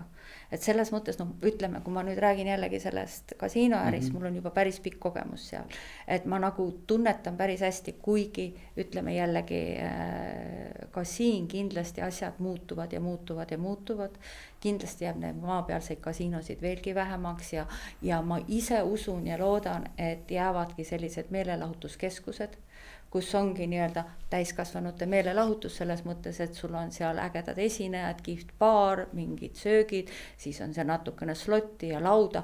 Mõtled nagu park-innis, nagu suurem asi, eks ole. Just, et jäävad nagu rohkem sellised, mis on nagu tõeliselt meelelahutuslikud. Ja kui sa ennem ütlesid just, et Armini tulekuga see mingi, noh, et see turg korrastus, siis tegelikult selle turu korrastamasi konkreetne põhjus oli see, et mingil aastal koostöös EHKL-iga tehti see seadus, et sul peab olema vähemalt 40 mänguautomaati või siis mingi arv laudasid. Ehk suurus juba nagu pani paika selle. Ja see nii-öelda kõik väiksed kasiinad kadusid kohe ja see korrastas turu ära. Et praegusel hetkel, noh, kui ma vaatan, mis seal Läti turul toimub, see on tegelikult hullumaja. Seal nad võitlevad kogu aeg kõige vastu, ise aru saamata, mille vastu nad võitlevad ja nad ei ole suutnud oma turgu korralikult korrastada ikkagi, et see on kuidagi neil käest ära ja noh, need seadused nad nagu noh, seal on niisugune tunne, et valitsuses olevad inimesed on võtnud endale pähe, et kindlasti on hasardmäng ainult halb ja veel kord halb. Nad ei ole teda ära keelustanud, aga nad teda piiravad selliselt, et need inimesed, kes tõesti tahaks seda teha, et teha see neile võimalikult ebamugavaks. Kas sellel on ka mõtet? Ma ei näe nagu sellel mõtet. Aga mis Leedu situatsioon on? Leedu situatsioon versus Läti ja Eesti? Leedus oli algul kõik väga hästi ja väga lubatud, aga siis jällegi tuli väga palju neid väikseid ja siis jälle keelati kõik ära. Siin ongi see, et tegelikult see, et meil on see 40, see tähendab, sul ei saa neid pisikesi väga palju tulla, ongi noh, kui me vaatame nagu tänavapilti ja võrdleme seda mingi 2000 algusega, see on väga-väga erinev. See 40 ütleb siis kapitali suurust, et sul peab olema palju kapitali, et seda üldse teha, eks ole. Sa ei saa ja sul peab olema ikkagi noh, selleks, et viia ta kasumisse ja nii edasi, sul peab olema ressurssi, millest seda teha, see ei ole lihtne, et niisama, sa võid panna 2 aparaati nagu noh, paned kuhugi baari nurka ja need kogu aeg siis teevad sulle midagi ja toovadki tulu, aga noh, siis tekibki see, et igas kohas on, sa ei suuda enam vaadata, kas lapsed sinna satuvad või ei satu ja nii edasi, sest kui see on baari nurgas või kuskil noh, Soomes oli ka, Soomes on ju riiklikud need kasiinod, aga neid oli poodides ja bensujaamades ja nii edasi ja tegelikult nad sattusid ka hätta sellega, et seda kõik oli liiga palju, mis sest, et ta on riiklik. Kasiino on seal ainult riiklik, et noh, Soomes ja Rootsis on ju riik nii-öelda monopol, jah. No, korra rääkisime sellest riskide hajutamisest, et kuidas see ikkagi enda jaoks siis, noh, üks on see sabatunne või kõhutunne, millest räägitakse, tegelikult see on ju kogemus, on ju. See on kogemusliku tunnetus, et sa oled palju asju teinud, aga kuidas sa selle vastu võitled, et vaata aeg muutub, sa ise ka ütled, on ju, kontekstid muutuvad, et see, mis kunagi sa võib-olla kogesid läbi, ei toimi, on ju, et kuidas sa sellest üle saad, et sa suudad jälle hinnata selle mingis uues situatsioonis, et äkki tasuks proovida uuesti, noh, et see jah ei toiminud, aga see oli teine situatsioon ja aeg ja võib-olla see oli liiga vara või? Jaa, mõned asjad on, et sa teed liiga vara neid, noh, ütleme kas või see sama, mida ma sulle ka ennem ütlesin, et teha mingi 60+ inimestele mingeid eripakkumisi, eks ju, et 20 aastat tagasi ei tasunud seda teha, nüüd juba võib seda teha, et siin ongi jah, situatsioonid muutuvad, aga samas jällegi mõtled, et noh, ütleme ka kasiino puhul, hästi palju loeb sellest, kas sa oled usaldusväärne. See tähendab seda, et üks suur töö on ka selle imidžiga töötamine. Ja ma kunagi rääkisin Erki Noolega. Ja Erki Nool ütles, et temal seda olümpiavõitu poleks tulnud, kui poleks olnud seda hasartmängufondi. Ehk nagu toetusfondi. Ja, et tänu sellele, et hasartmängu kogu aeg maksab sinna fondi raha, millest siis sporti ja kultuuri põhiliselt toetatakse, see on väga suur hulk raha, pluss kasiinod ja ütleme hasartmängu ettevõtted väga palju ise toetavad ju juurde. Noh, kui sa vaatad, mis ta spordisündmus või asja, siis Olibet Arena ja nii edasi. Jah, eks ju, täpselt. Nii et Unibet Arena. Jah. Et need on, selles mõttes ta on nagu üks osa ühiskonnast, midagi ei ole teha. See ta on. Ja nüüd ma läksin su küsimusest täiesti välja, eks ju, väga osavalt.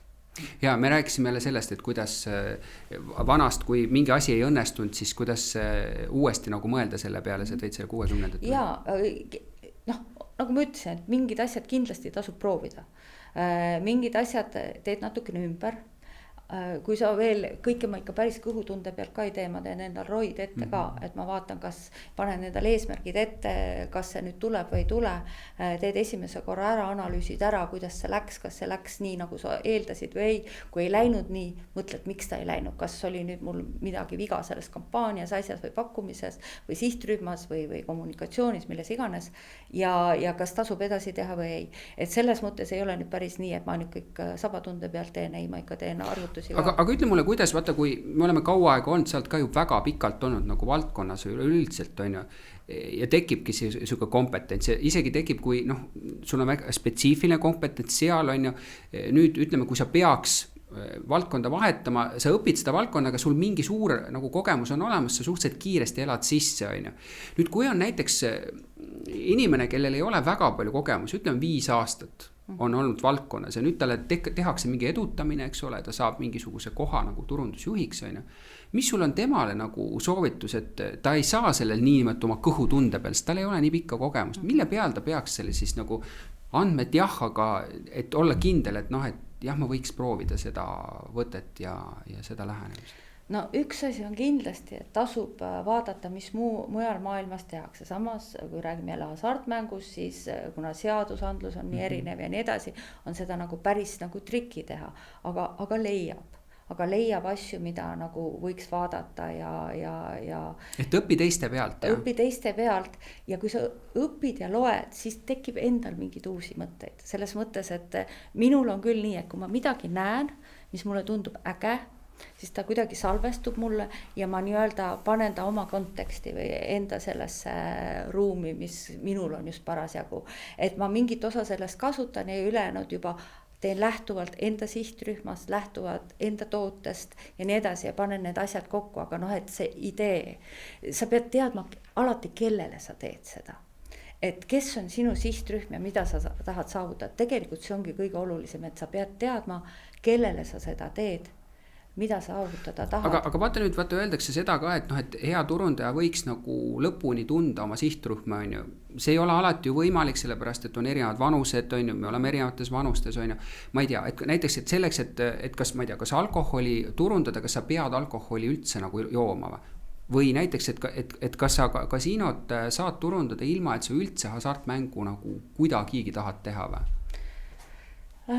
No sulle tähendab, sa ei pea ise seda tegema, aga sul ei tohi olla vastumeelsus selle vastu. See on ainukene printsiip. Ja. Selles mõttes, et ma olen aus, aga ma ka ei käi ju mängimas ja ei tee. Me käisime kunagi Arminiga koos, lihtsalt kui me neid uusi riike valutasime, käisime konkurentide juures vaatamas, kuidas neil on ja nii edasi, tšekkamas, see oli väga äge. No see on nagu turu-uuring, võiks öelda. See on nagu turu-uuring, nii-öelda, lähed näppupidi sisse ja teed.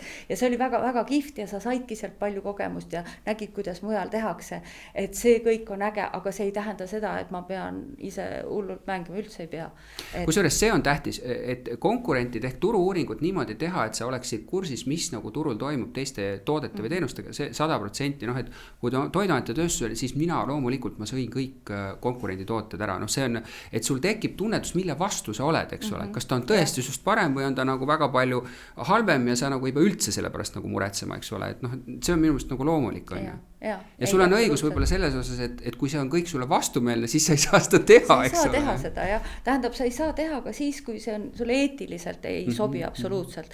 Et noh, jällegi mina oma isikuomadustelt olen rohkem selline, kes on valmis tundmatus kohas vette hüppama, mul on põnev, mul on nagu hasart tekib nendest asjadest ja kui me räägime kasiinost, siis ma olin ju näinud igasuguseid ägedaid filme, kus on kasiinot kirjeldatud ja nii edasi ja sul tekib mingi pilt sellest kasiinost ja Bondi filmid, eks ju, kõik see ja ma tahtsin seda näha ja mulle tundus see nagu nii-öelda seiklus täiesti, et noh, et selleks, et teha asju, mida sa ei, noh, võib-olla ei tunne nii hästi, aga sul peab olema see tahtmise sellesse seiklusesse minna. Ma olen üldse tegelikult seda eetika teemat, et eks ta on nagu kahe otsaga asi, et kas meil on alati luksust kogu oma eetilisus parameetrites elada, eks ole, et noh, et kui mul näiteks ikkagi leiba laua peal ei ole ja on võimalik minna industrisse ja pakutakse mulle töökohta versus teistes kohtades ei pakuta, et kas ma siis lõpuni ütlen ei, eks ole, noh, et võib-olla mul on vaja see leib lauale tuua, et see on nagu üks parameeter ja noh, aga noh, kui ma jälle noorana, võib-olla mul on võimalusi rohkem, et siis sa saad nagu rohkem seda otsust teha. Ma ei tea, ega ma küll lõpuni ei ole enda jaoks seda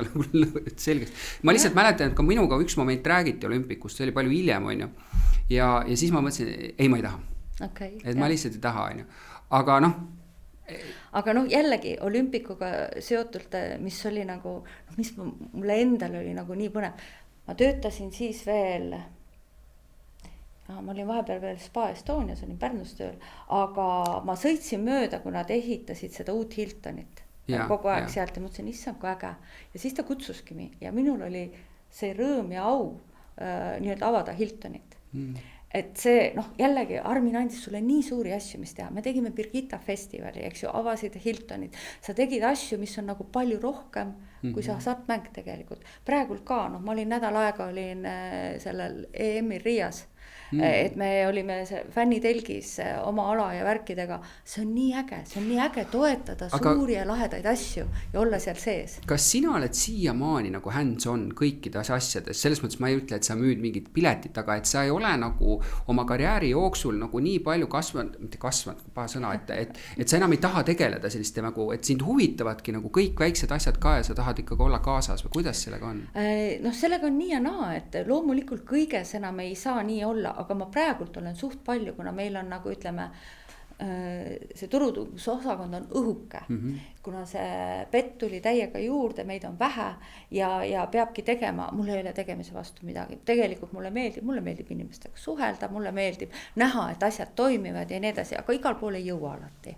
Aga mõnel pool praegult jõudsime ja oli nagu tore, kusjuures noh, see oli 9 päeva me olime seal ja ma ise mõtlesin, ma olen surnud pärast seda.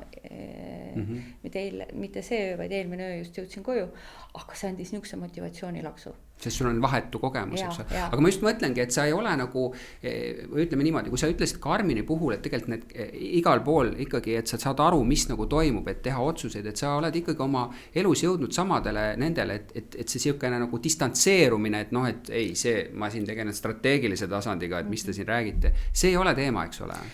Ja ma võin selle strateegilisega ka tegeleda, aga mul on palju lihtsam sellega tegeleda, kui ma saan täpselt aru, mis mul seal all toimub ja mismoodi see toimub ja kuidas, see samagi asi, et meil on ju ka, me vaatame oma sihtrühmasid erinevalt, eks ju, et ongi need vanemad inimesed, keda me vaatame erinevalt, on need spordiinimesed, kes on, et me vaatame ja ma pean aru saama, mis on nende ootused ja nii edasi. Mul on raske seda kätte saada, kui ma nagu kas või kohatigi ei liigu nende seltskonnas. Ma mäletan, on räägitud juhtidest, kes neil on, ütleme, on rohkem toodetega tegu, päris toodetega. Ja siis nad käivad oma osakonna juhtide ja nende juures lihtsalt rääkimas või siis nendega, kes teevad lihtsalt selleks, et aru saada, et mis toimub. Armin rääkis ka väga palju oma saali töötajatega. Väga palju rääkis, seepärast, et tal oli ka vaja aru saada. Armin kohtus ka oma suurte klientidega. Nii et selles mõttes ta oli ikkagi väga, nii et kui üks suur klient arvas, et midagi on väga pahasti, siis ta üritas Arminit kätte saada. Oligi, et ta oligi ikkagi vägagi sees ja Armin tahtis ka, et need nii-öelda tema alluvad saavad aru, ei ole mitte midagi tähtsamat kui klient. Ilma selle kliendita ei tule mitte midagi. Kui see klient saab minu peale pahaseks, kui talle minu toode enam ei meeldi, siis mina võin varsti oma asjad kokku. Sa kirjeldad, ma kuulan kõrvalt, et sama Kruda väga sarnane, on ju. Liinitöölistega, et kuidas sul siin on, mis mured sul on, peab midagi siin tegema, on ju. Samamoodi teda õudselt huvitas, on ju, kuhu mingid asjad lähevad, on ju, kuidas need vastu võetakse. Lihtsalt toimunud tööstusel oli see probleem, et meil oli vahe.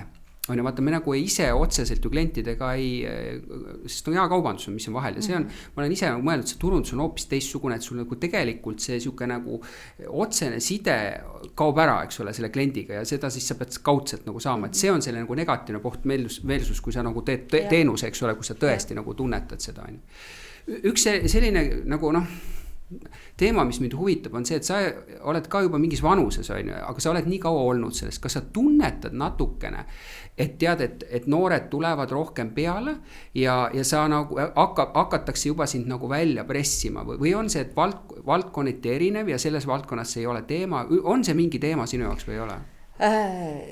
See on tore küsimus, loomulikult ma vahest tunnen, et ma olen dinosaurus juba, et selles mõttes, et eelmisest sajandist nüüd tulevad juba noored, kes on sündinud sellel sajandil, eks ju, ja neil on teistsugused teadmised ja teistsugusest keskkonnast on nad tulnud ja nii edasi. Momendil ma ei tunne, pigem nagu vastupidi, et ma siin ise korra ütlesin, et mis siis saab, öeldi, et ei, ära nüüd seda pisi küll mõtle, et ei tunne, aga jällegi minu valdkond on selline. Et kui ma teen praegusel hetkel just seda hasartmängu ja seda, mu valdkond on selline, kus need minu vanad teadmised veel väga loevad. Aga ma arvan, et see muutub. Selles mõttes, et jällegi asjad, nagu ma ütlesin, kogu aeg lähevad edasi, tulevad uued tooted ja asjad ja mingite asjadega ma arvan, et ma ei ole enam pädev. No aga ma mõtlen, samas sa ütlesid, et juba seal, eks ole, olümpika esimesel ajal, kui sa tulid CRM-iga tegeleti, et et enamus ettevõtted, nagu see oli valgusaasta kaugusel veel, eks ole, et sul oli juba mingisugune, ütleme, eelstart päris hea mingites digitaalsetes valdkonnas. Ise ütlesid, sa veel alustasid nõukogude ajalgi sellega. Et sa tegelikult olid ju varem juba digitaalselt palju pädevam kui paljud teised, isegi turunduslikus mõttes. Jah, selles mõttes küll, eriti see KPMG, mis mind aitas, mis nii-öelda ise tutvustasin neid tooteid, eks ju, mida siis pärast oli vaja. Et selles mõttes küll, aga praegu ütleme kõik see AI-d ja värgid ja asjad, see tuleb aina rohkem ja rohkem peale. Ka meie juba kasutame kuigi palju seda, ilmselt hakkame rohkem ja rohkem kasutama. Ma ei tea, kas ma tahan seda. Ma ütlen ausalt, ma ei tea, kas ma seda tahan nii väga. Kas sa mõtled nagu uut lainet ära õppida ja sellega kaasa minna selle pärast või? See on nii suur laine nagu. See on nii suur laine ja ta ei ole nagu minu. Vot siin on kõige lihtsam näide on see, et vaadates oma last ja iseennast, eks ju, tema kirjutab kogu aeg, mina tahan telefoniga rääkida. See on võib-olla kõige selgem. Suhte teema. Ja, et mulle meeldib, minu meelest ma saan rääkides palju kiiremini. Et mulle nagu meeldib rääkida ruttu asjad läbi ja kohtuda inimesega silmast silma. Tänapäeval on rohkem siin ja siis tehakse läbi veebi kõik asjad. ei ole päris minu ja ma ei taha enam ümber. No ja vaata, sa otsid seda nüanssi sellest suhtlemisest, sa saad aru hääle tonaalsusest, eks ole, mida ta mõtleb, mida ta ei mõtle, et kas ta ütleb, siis ta mõtleb seda, et sa oskad seda lugeda. Kas olümpikusse siis läksidki Novolotosse või oli veel vahepeal midagi selle? Ei, vahepeal ei olnud midagi, et olümpikus nad koondasid ära, nagu koondati enamus nii-öelda arminiaegseid inimesi ära. Ka loogiline. See on ka arusaadav. Ja siis ma algul mõtlesin, et ei, et ma nüüd kindlasti ei lähe kuhugi konkureerivasse. Aga Urve Palo kutsus ja Urve ise on niivõrd särav isiksus ja see, kuidas ta nagu selle mulle maha müüs, oligi nii, et nüüd ma olen juba, mul saab 5 aastat. No teda vahepeal jälle ennast seal ei olnud, eks ole. Ja praegu ka ei ole teda enam, aga kuidas sa teda nagu, et ta on nagu poliitik, samas on ta nagu ärijuht olnud, et kuidas tema nagu selline juhina on või kuidas ta juhib? Ta on väga äge juht, ta on avatud, ta on siiras, ta räägib, mis ta mõtleb, mis mulle väga meeldib. Ta tahab asju teha, mis on nagu kõige ägedam, ta tahab asju teha. See, et ma ei tea, kas sa isegi mäletad, ennem oli ju Phoenix meil 2 S-iga ja nii edasi. See nii palju ja nii detailis ma ei tea isegi. No see umbes 6 aastat tagasi veel oli siin, oli Phoenix ja ta oli nagu Lätis oli Phoenix 2 S-iga samasugune. Siis kui tema tuli siia tööle, siis tema üks tingimus oli, et ta peab saama kõik selle logonduse ja brändinduse ümber teha ja nii edasi. Ta tõi täiesti uue hingamise siia. Nii et selles mõttes ääretult äge inimene ja temaga on ainult rõõm koostööd. Kuule, olümpik, seal on olnud olümpiakomiteega ka kunagi küsimus on ju, mis see Phoenix on, kus see tuleb, see on nagu mingi tuhast tõus või? No tegelikult eks see tuleb, me olime muideks kunagi admiral ja siis, ma nii nüüd enam täpselt ei mäleta, aga me olime admiral, siis ühineti selle Läti poole Alforiga ehk Phoenixiga ja sealt Lätist tuli see Phoenix siia. Nii et, aga ilmselt see natukene on see tuhast tõusmine ja kõik see pool ja ütleme Lätis oli ju Phoenix kõige suurem on siiamaani hasartmängufirma, minu meelest on siiamaani nii, et kõige võimsam ja tugevam. Aga tänasel päeval meil enam Lätiga selles mõttes sidet ei ole, ostis meid Novomatic täielikult ära, mis on maailmas siis üks kõige suurem automaatide tootja üldse.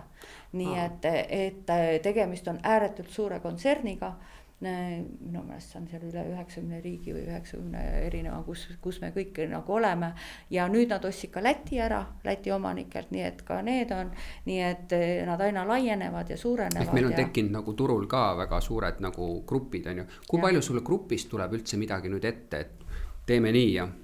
Ei tule. Ikka on öeldud, et koha peal on kohalik, lokaalne. Et selles mõttes nagu vähe. Et väga vähe, et me suhtleme nendega, nad näiteks saadavad ka mingid enda materjali asju ja nii edasi, kui me tahame, saame neid kasutada, aga sellist otsest, et kas nii või naa teha, seda ei ole siiamaani olnud.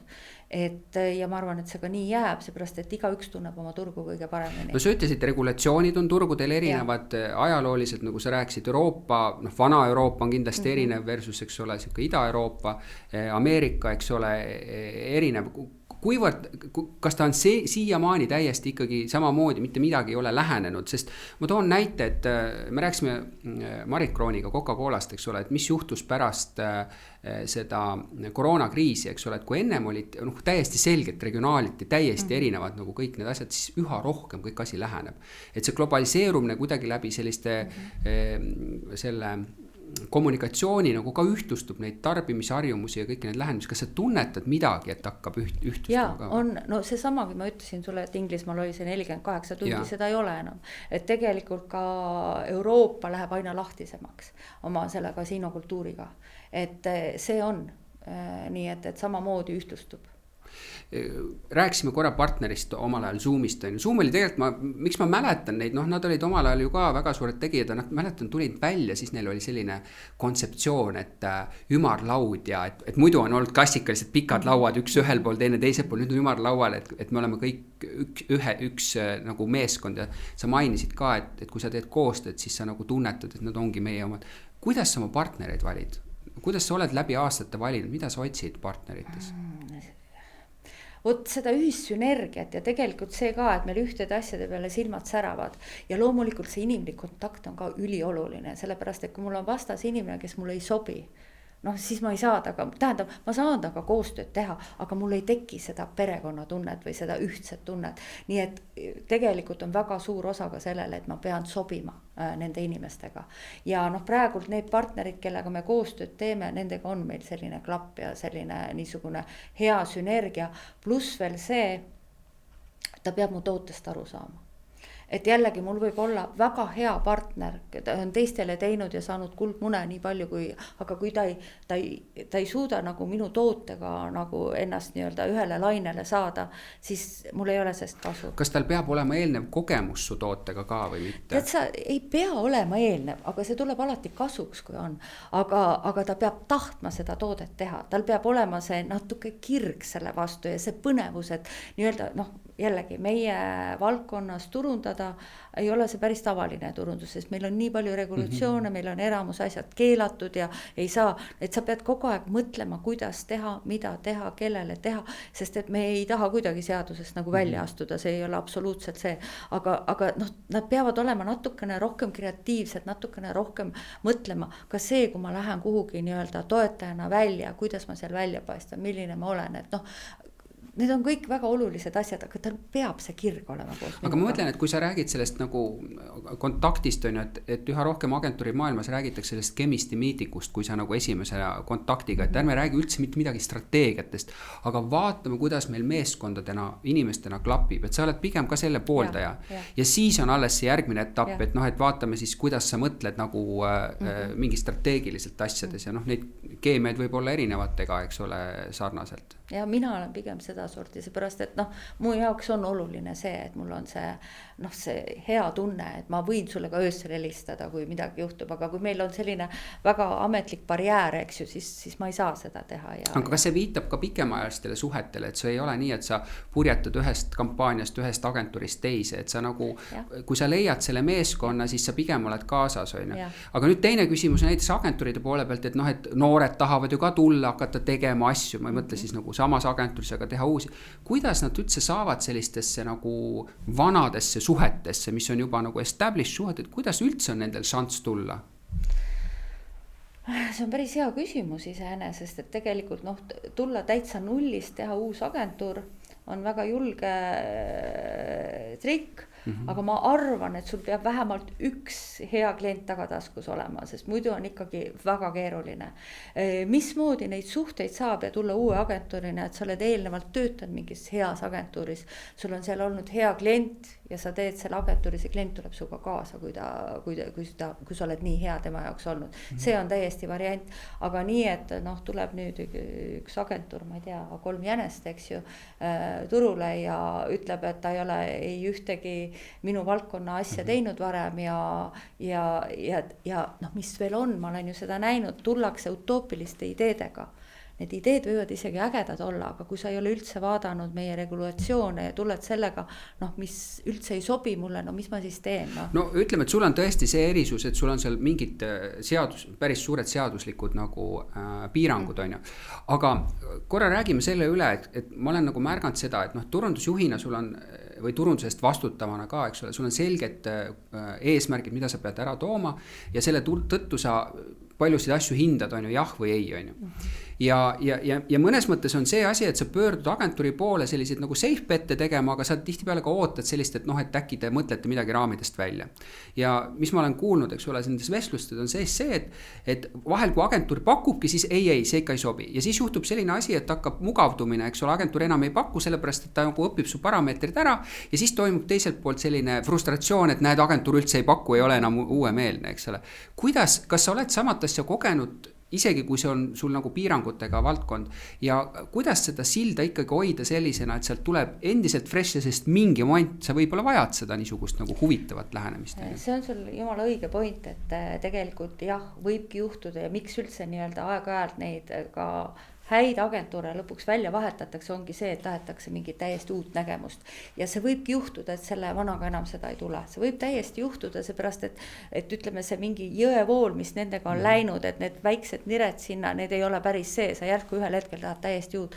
No siis ongi õige aeg.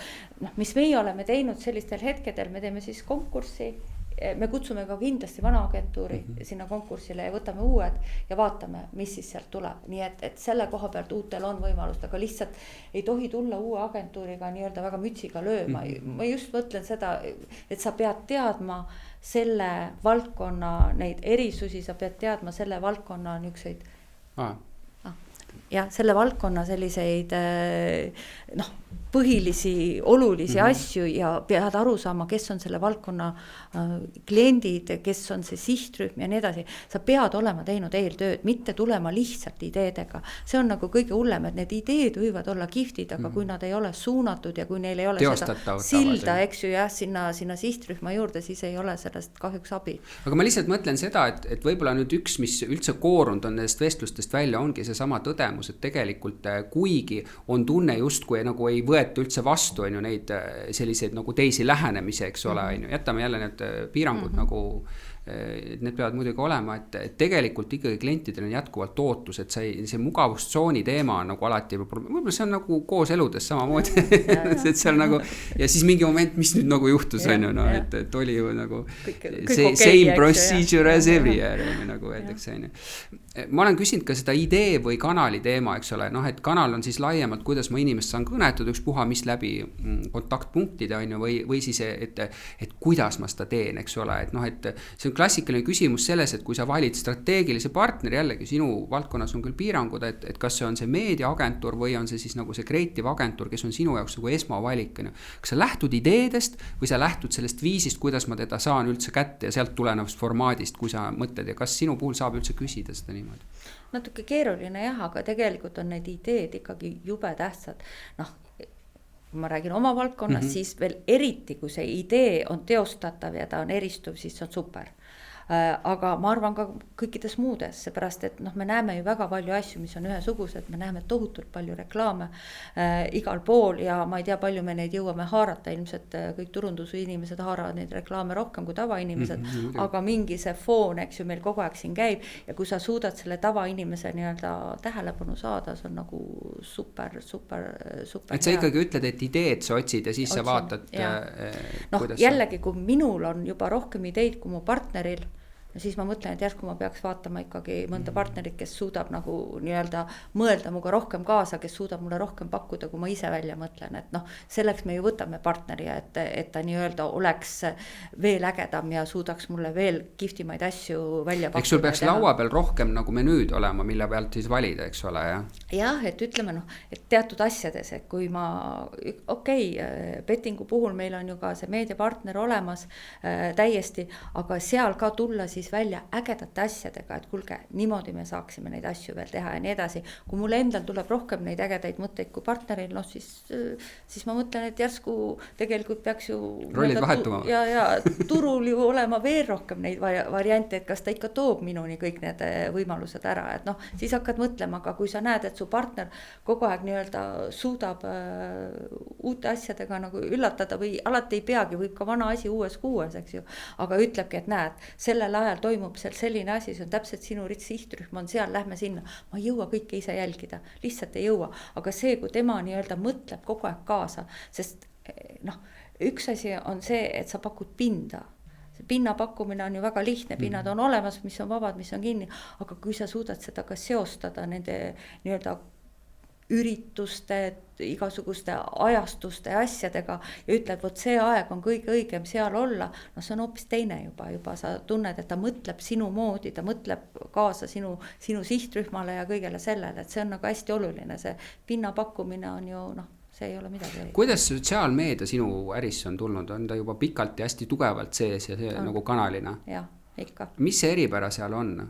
Samamoodi me oleme piiratud, eks ju, seal nagu ikka, aga sotsiaalmeedia on loomulikult meie jaoks ka väga oluline vorm, kuidas kõnetada ja rääkida, aga eelkõige me räägime just ju sellest, mida me teeme oma sponsorlustest, oma toetustest. Ehk selle nagu tulemist, nagu, et kus see on siis nagu nähtav sellest, mis see nagu tagasi annab, see on see nagu osa.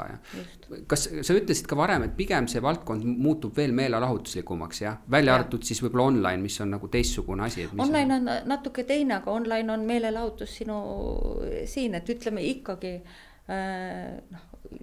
nii nagu ma ütlesin, et sajandeid tagasi inimesed mängisid neid mänge, nad tegid seda ju meelelahutuseks, pärast seda, kui nad olid mingi mammuti ära küttinud, siis mängisid nende kuulikestega.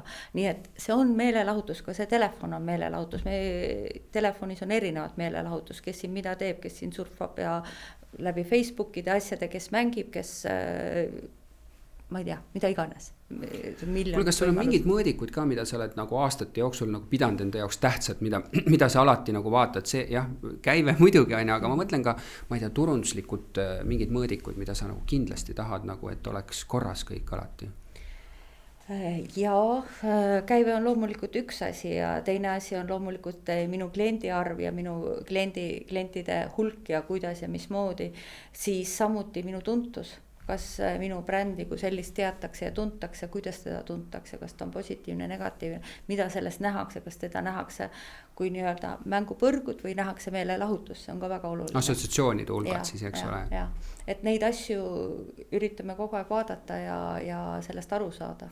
Aga tarbijate enda nagu tagasisidest, kuidas sa seda üldse nagu aru saad, mis on ootused, mis mitte, et kas see, et kuna need inimesed käivad seal digitaalselt, füüsiliselt te saate kuidagi nagu seda vahetult kätte või kuidas sa üldse aru saad, mis need ootused on? Seal on mitut pidi, üks asi me teeme ka oma kliendi küsitlusi, konkreetselt teeme kliendi küsitlusi, aga teine asi on ka see, et me nii-öelda, kui me räägime jälle Landbase'is, siis ma ju läbi saali töötajate ja kõige selle ju tean, kui on mingid probleemid, ma saan nendest alati teada, et me oleme siin kättpidi sees online'is samamoodi, et me teeme küsitlusi oma platvormi kohta kõikide nende, kas see sobib, ei sobi, oodatakse midagi muud, mis käsi ei toimi piisavalt hästi, et me saaks reageerida, et see on nagu, nagu ma ka ennem ütlesin, kõige olulisem on klient ja see klient peab olema rahulolev ja kui klient on rahulolev, siis läheb hästi ja see, et see kliendi rahulolu oleks tagatud, selle jaoks ongi alates sellest kasiinos, et kasiino on puhas korras ja meeldivad teenindajad, et kliendi jaoks oleks kõik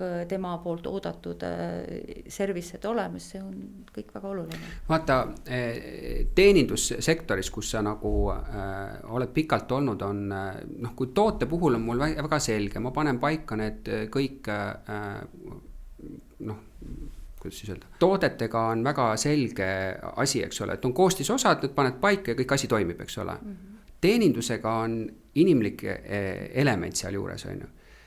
Et küsimus on, kuidas sa saad tagada selle teeninduskvaliteeti alati sellisel kujul, nagu ta on ette nähtud, et see sama koostisosade parameetrid on nagu hea. Aga ei saagi. Ega sa ei saagi, sest inimene on inimene ja ta reageerib vahest üle ja vahest alla ja meil kõigil on omad mured ja asjad, ja me teame, et teenindussektorisse saada väga-väga häid inimesi ei ole lihtne, absoluutselt, ega ma ei saagi, aga me teeme kõik selleks, et oleks, mida me ootame. Ma tean, et see ei ole 100% ja kui läheb halvasti ja kui klient ei ole rahul, siis ma ka vabandan kliendi ees ja üritan selle kuidagi ära klattida selle olukorra, aga lihtsalt nagu ikka, eesmärgid on kõrged ja sinna poole me rühime, me teeme kõik, et see nii oleks, aga sa kunagi ei tea, mis. Ja, aga ma mõtlengi seda, et kuidas sa nagu planeerid toodet, võtame ka teenustoodet, et kui mingi element on tegelikult, mida sa nagu tegelikult ei saa nagu kontrollida lõpuni, et sa saad panna need nagu jällegi teenindusstandardeid ja läbi harjutada, aga need elemente, mis, et inimene on tulenevalt päevast, situatsioonist, mis iganes, et võivad olla, kuidas sa seda ikkagi nagu parimal viisil saad juhtida, et see nagu kogemus oleks kogu aeg ühtlane? No mida me muidugi teeme kogu aeg on oma töötajate koolitust, eks ju, seda me teeme pidevalt ja räägime üle ja käime ise koosolekutel kohal, et ütleme, et ega ju nende teenindajate töö ei ole ka lihtne. Absoluutselt, nad peavad väga palju teadma, nad peavad väga paljudele küsimustele oskama vastata kuni selleni välja, et ütleme, kui inimene tuleb sinna saali, siis kõik nii head kui halvad emotsioonid ju lähevad teenindajale. Teenindaja ei pruugi üldse olla süüdi milleski, aga kuna ta jääb nii-öelda ette, siis tema selle saab. Et tegelikult ongi keeruline, aga me üritame kogu aeg saada seda tagasisidet neil teenindajatel ka kätte, et kuidas ja mis läheb halvasti või kuidas või mida meie saame teha paremini, et tegelikult see on see pidev koostöö. Ma mõtlengi, et see on päris suur nagu väljakutse, eks ole, et sina võid ka jälle turundajana kõik need aspektid välja mõelda ja nii edasi ja tegelikult lõpuni see ei sõltu sinust, eks ole, kuidas see nagu kogemus oleks ja kuidas ta ühtlane oleks kogu aeg. No kui need koolitused on ka, siis mida ma teenindajatele ütlen alati, et meie turunduses võime mõelda välja kui tahes häid ideid ja teha ägedaid asju, aga kui nemad meid ei toeta, siis sellest ei ole mingit kasu. Tegelikult nemad on need, kes sellele kliendile loovad selle emotsiooni. Selle, kuidas see klient sealt ära läheb ta hea tujuga, halva tujuga, ta võibki halva tujuga ära minna, kui tal on suur kaotus, on see vaene kliendide peab oskama käituda selle kliendiga, et noh, see on ülioluline, et üks asi neil peab olema suhteliselt paks nahk, nad peavad aru saama, et nad ei tohi kõike võtta südamesse, teistpidi nad peavad olema kõigega kursis, mis ei ole üldse lihtne, sest asju on ju palju, kogu aeg neid asju, mida me teeme ja mida me pakume ja nii edasi, neid on palju. Kuule, aga kuidas, vaata, osad valdkonnad on see, kus turundus saab ka sisendit nagu mõjutada, eks ole, mihukas see toote komponent on ja kuidas see toode kokku läheb, on ju. No ma eeldan, nüüd seda enam sa ütlesid, et praegu teil on ka üks nagu seadmetootja või noh, selle nagu tehnoloogia tootja nagu omanik, et palju sa üldse turunduses saad kaasa rääkida, et ma ei tea, need mängud, need mitte, eks ole, või on see nagu tulnud, et see tuleb kuskilt mujalt ja sina pead tegelikult siis tagama, et see muu osa oleks nagu tehtud, see kommunikatsioon oleks tehtud ja see inimene toodud. Tegelikult on see ülioluline, et turundusel peaks sellest sõna olema. Et sellepärast, et me ju näeme, mida see klient ootab ja mida ta tahab. Ma näen ka konkurentide puhul, et mis on see, mille pärast see klient sinna konkurenti juurde läheb, et meil on võib-olla midagi puudu. Et selle koha pealt tasuks alati turundust väga kuulata ja turunduse poolseid nii-öelda märkusi.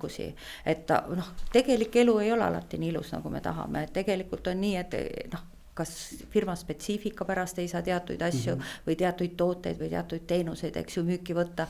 Nii et siin on väga palju erinevaid komponente, aga iseenesest üks edukas firma, kui ta tahab nii-öelda minna ajaga kaasa ja minna kliendi ootustega kaasa, siis tihtipeale turundus on see, kes väga hästi suudab neid kirjeldada ja nendest rääkida ja neid nii-öelda edasi anda, et see on nagu väga oluline. Ehk selles osas ikkagi nagu küsitakse arvamust, jah? Jaa, ikka küsitakse. Ma mõtlen ka seda, et ma tean jällegi, toiduainetööstus on väga selge, et kõik maailma trendid meile tegelikult ei sobi, ei jõua, ei tule ja ei võetagi nagu tegemist, mis iganes põhjused need võib-olla olla, et kas hasardis on nagu sama asi, et mingid asjad, mis nagu on selgelt lähevad igal pool, ei pruugi tegelikult siin tulla üldsegi nagu teemaks, sellepärast, et te nagu tunnete turgu ja need ei ole nagu sellised mängud, mis üldse kedagi kõnetavad. See võib olla, ütleme siin online'is on jälle lihtsam, kuna online'is sa paned kõik platvormile ja siis sa näed, mis toimib, mis ei toimi. Landbase'is on kõik natukene keerulisem ehk maapealsetes kasiinodes ja sa pead füüsiliselt kohale tooma. Et ja jällegi, kui sul sihtrühm nooreneb, siis ta ootab natukene uusi asju, kui sul on sihtrühm, see vanem sihtrühm, siis tegelikult nad on palju konservatiivsemad, nad väga palju, ütleme, väga niisuguseid suuri hüppeid ei oota. Et siin on jällegi, sa lähtud oma sihtrühmast ja tema ootustest. Kui me teeme ka neid küsitlusi, siis me ka küsime, et mis neid nagu motiveeriks ja mis neid huvitaks ja mis neile nagu rõõmu teeks, et ja võtame seda arvesse. Kuule, aga kas see, kui jaekaubanduses on väga selgelt, eks ole, et ruutmeetrid peavad mingid käibetasandeid tekitama, et noh, ja siis on seal üks teatud erandid on teatud liiki tarbijagrupid, eks ole, mis võib-olla ei tekita sellist toodetega reaalselt, noh, ma ei tea, diabeetikud, aga nad on vajalikud, eks ole, nendele toodete hoidmine, et kas kasiinoäri on täpselt samasugune, et tegelikult vaadatakse ruutmeetri käibeid ja siis vaadatakse neid otsuseid, et mida üldse tuua või mida mitte tuua või on see nagu mingi teistsugune lähenemine või? Ei, ta ei ole väga teistsugune, selles mõttes, et mõnes mõttes on seal isegi lihtsam, sa ju näed väga hästi, sul on mänguaparaadid, sul on lauad, sul on see spordiennustus, sa iga ühe pealt näed aparaatide puhul lausa iga aparaadi pealt, et millist käivet ta teeb, millist tulu ta toob ja nii edasi.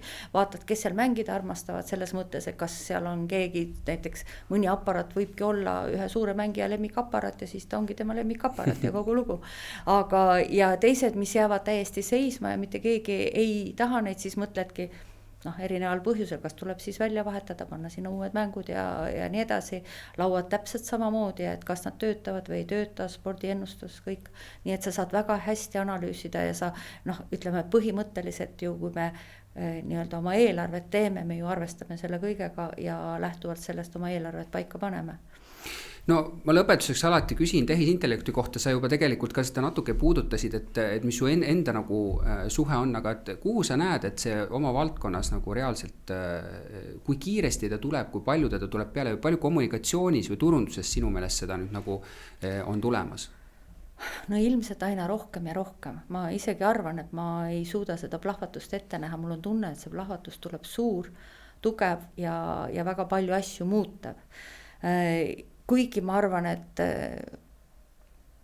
võib-olla mitte veel selle 5 aasta jooksul, aga kuskil 10 aasta pärast ma arvan, on kõik hoopis teistmoodi, ka see kuidas me seda turundust kommunikeerime ja kuidas me seda kõike teeme, ma usun, et väga paljud asjad muutuvad, mis on natuke hirmutav. Tegelikult see on natuke hirmutav, sellepärast et ma ei suuda enam kontrollida, kas on nüüd, mõned asjad, saad aru, on tehtud AI poolt või on inimese poolt tehtud, aga see AI poolt tehtud asjad, need lähevad aina paremaks ja paremaks, need on rohkem inimese moodi, et kui see AI nii-öelda satub väga halbade inimeste meelevalda, siis ma ei tea, mis sealt tulla võib. Et see on minu jaoks sa mõtled selline nagu globaalsem vaade, eks ole, et kuivõrd see muudab seda, aga ma mõtlen just nagu erialaliselt, et mul jäi nagu kõlama, vaata, kui sa kunagi läksid olümpikusse, et sa ütlesid, et see on nagu põnev uus, et kas sa selles ei taha samamoodi otsa vaadata, et tegelikult see võib nagu muuta nii palju ka teistmoodi positiivset asju? Võib-olla selles mõttes, et ma ei vaidle vastu üldse sellele, ta võib, ongi, et ta on nagu järgmine tasand, et ei ole veel sinna päris ära roninud ja täpselt ei tea, mis sealt tulla võib, et eks meie lapsed näevad seda kõige paremini, et mis sealt tuleb ja ma arvan, nemad ka kohanevad sellega täiesti ära, et meil ongi nagu niisugune keeruline see ülemineku hetk. Jah, me juba kasutame seda mingit pidi ja kuigi palju, aga mitte veel nii palju, aga see on ka seotud, ütleme, meie kliendibaasiga ilmselt jällegi online'is rohkem, landbase'is vähem ja nii edasi, et nii see läheb, et ta tuleb. Aga kas sa ooltaksid oma partneritelt ka, et nad üha rohkem seda kasutaks isegi kommunikatsioonis või pigem ei ole see teema sinu jaoks, või jaoks oleks ikkagi nagu inimlik aspekt tähtsam? No praegusel hetkel ikkagi, kui me teeme oma PR-teateid või asjugi, et ma päris ikkagi veel ei kujuta, et AI teeb selle samal tasemel ära, aga väga võimalik, et ta on juba võimeline seda tegema, andes nii-öelda lähteandmed ette talle täpselt. Vaatad, et Äripäeval juba raadios loeb tehisintellekt ka neid uudiseid. Minu jaoks nagu on niisugune imelik kuulata, aga teisest küljest ma isegi mõtlesin, et kuidas suhtuda ja mõnes mõttes peaks ju nagu ütlema, et päris positiivne, sest nad õpivad sellest kõigest protsessina, et kui me üldse ei tee, siis me jälle ei õpi. No jah. Ma vahetevahel mõtlen igasuguste ulmefilmide peale ja mõtlen nende kirjanike peale, kes mõtlesid asjade peale, mida tollel ajal ei olnud ja mis on tänaseks kõik olemas. Siis selle AI koha pealt ka, et kas ühel hetkel nad on meist targemad ja me oleme... üks lihtne asi, eks ole, näiteks võtta see sama nutikell, eks ole, kus sa saad nüüd oma telefoni kõnesid teha, et siis ma mäletan, kui me kasvasime oma Soome televisiooniga ja sealt tuli Michael Knight oma sellega ja rääkis, ma mõtlesin, et issand jumal, see ongi reaalsus, see oli tollel hetkel ju täiesti kujuteldamatu, eks ole. Et kuidagi see nii läheb, et kõik need, mis tundusid tollel hetkel võimatud või uskumatud, siis see kõik on juba olemas ja nüüd vaatad õudusega, mis veel välja mõeldakse, mõtled, et nad on võib-olla 10 aasta pärast kõik olemas. Et kas see kõik on hea või halb, ma ei tea, ma ütlengi, et minul on natukene on see kiiks, et see kõik võib ka kellegi valduses olla, kes kasutab seda halvasti ära ja isegi kui ma mõtlen niisugustele asjadele ajaloo peale, praegu õpivad lapsed ikkagi seda raamatutest ja nii edasi, aga kui ühel hetkel nii-öelda AI kirjutab ajaloo ümber, see on ju võimalik. See on võimalik, ja mis on siis tõde ja kuidas seda nii-öelda sellest aru saada, et see on nagu, minu jaoks on see natukene hirmutav, seepärast, et mul on tunne, et sellel on nii palju nüansse, mida me ei suuda kontrollida ja ta pärast lihtsalt jookseb meie käte vahelt nii nagu jookseb ja siis ma ei tea. Mõtlema panev, eks ole. Mõtlema panev, jah. Et mõtlen ka selle samale suurele karule, kes meil siin kõrval on. Tema tahaks kindlasti palju asju ajaloos ümber kirjutada ja tegelikult sellised vahendid annavad seda võimalust. Kunagi nägin mingit saadet või filmi, rääkis Norra, Taani ja Euroopa neist, kes kõik leiavad, et see sõda on õigustatud. Ja seal öeldigi nii, et Putin ei pea selleks mitte midagi tegema, nad ise otsivad seda infot sealt ja võtavad seda tõe pähe. Mõtlema panev. Mõtlema panev, jah, et see kõik on nagu nii, see on nii suur ja kuidas me sellega ikkagi hakkama saame ja et me jääksime jalgadega maa peale, et me ikkagi ühesõnaga, et see, mis on tõsi, oleks tõsi ja et see ei oleks nii manipuleeritav, et see on minu jaoks kõige suurem hirm. No aga selleks on ka lahendus, et me peame oma järeltulevat põlve nagu kriitiliselt mõtlema õpetama ja noh, jah, tõsi ta on, et allikakriitilisus, aga sa lõpuni ei tea, kas see allikas on ka nagu korrektne, on ju. Aga noh, eks ta võib-olla nagu riigil on ka siin oma roll oma meediaga olemas, nii et ma arvan, et kuidagi võib-olla ikkagi sellele mingi vastus leitakse. Nii et ma olen ikka endiselt see telefoninime, kes räägib, mitte ei kirjuta. Marja, aitäh, et sa võtsid selle aja ja tulid meiega oma teekonda jagama, et väga põnev oli ja mul oli huvitav sind kuulata ja näha. Aitäh sulle. Ja teistele siis kutsun tagasi järgmist episoodi kuulama jälle põneva inimese ja põneva teemaga, et seniks kõik head. Kõik head.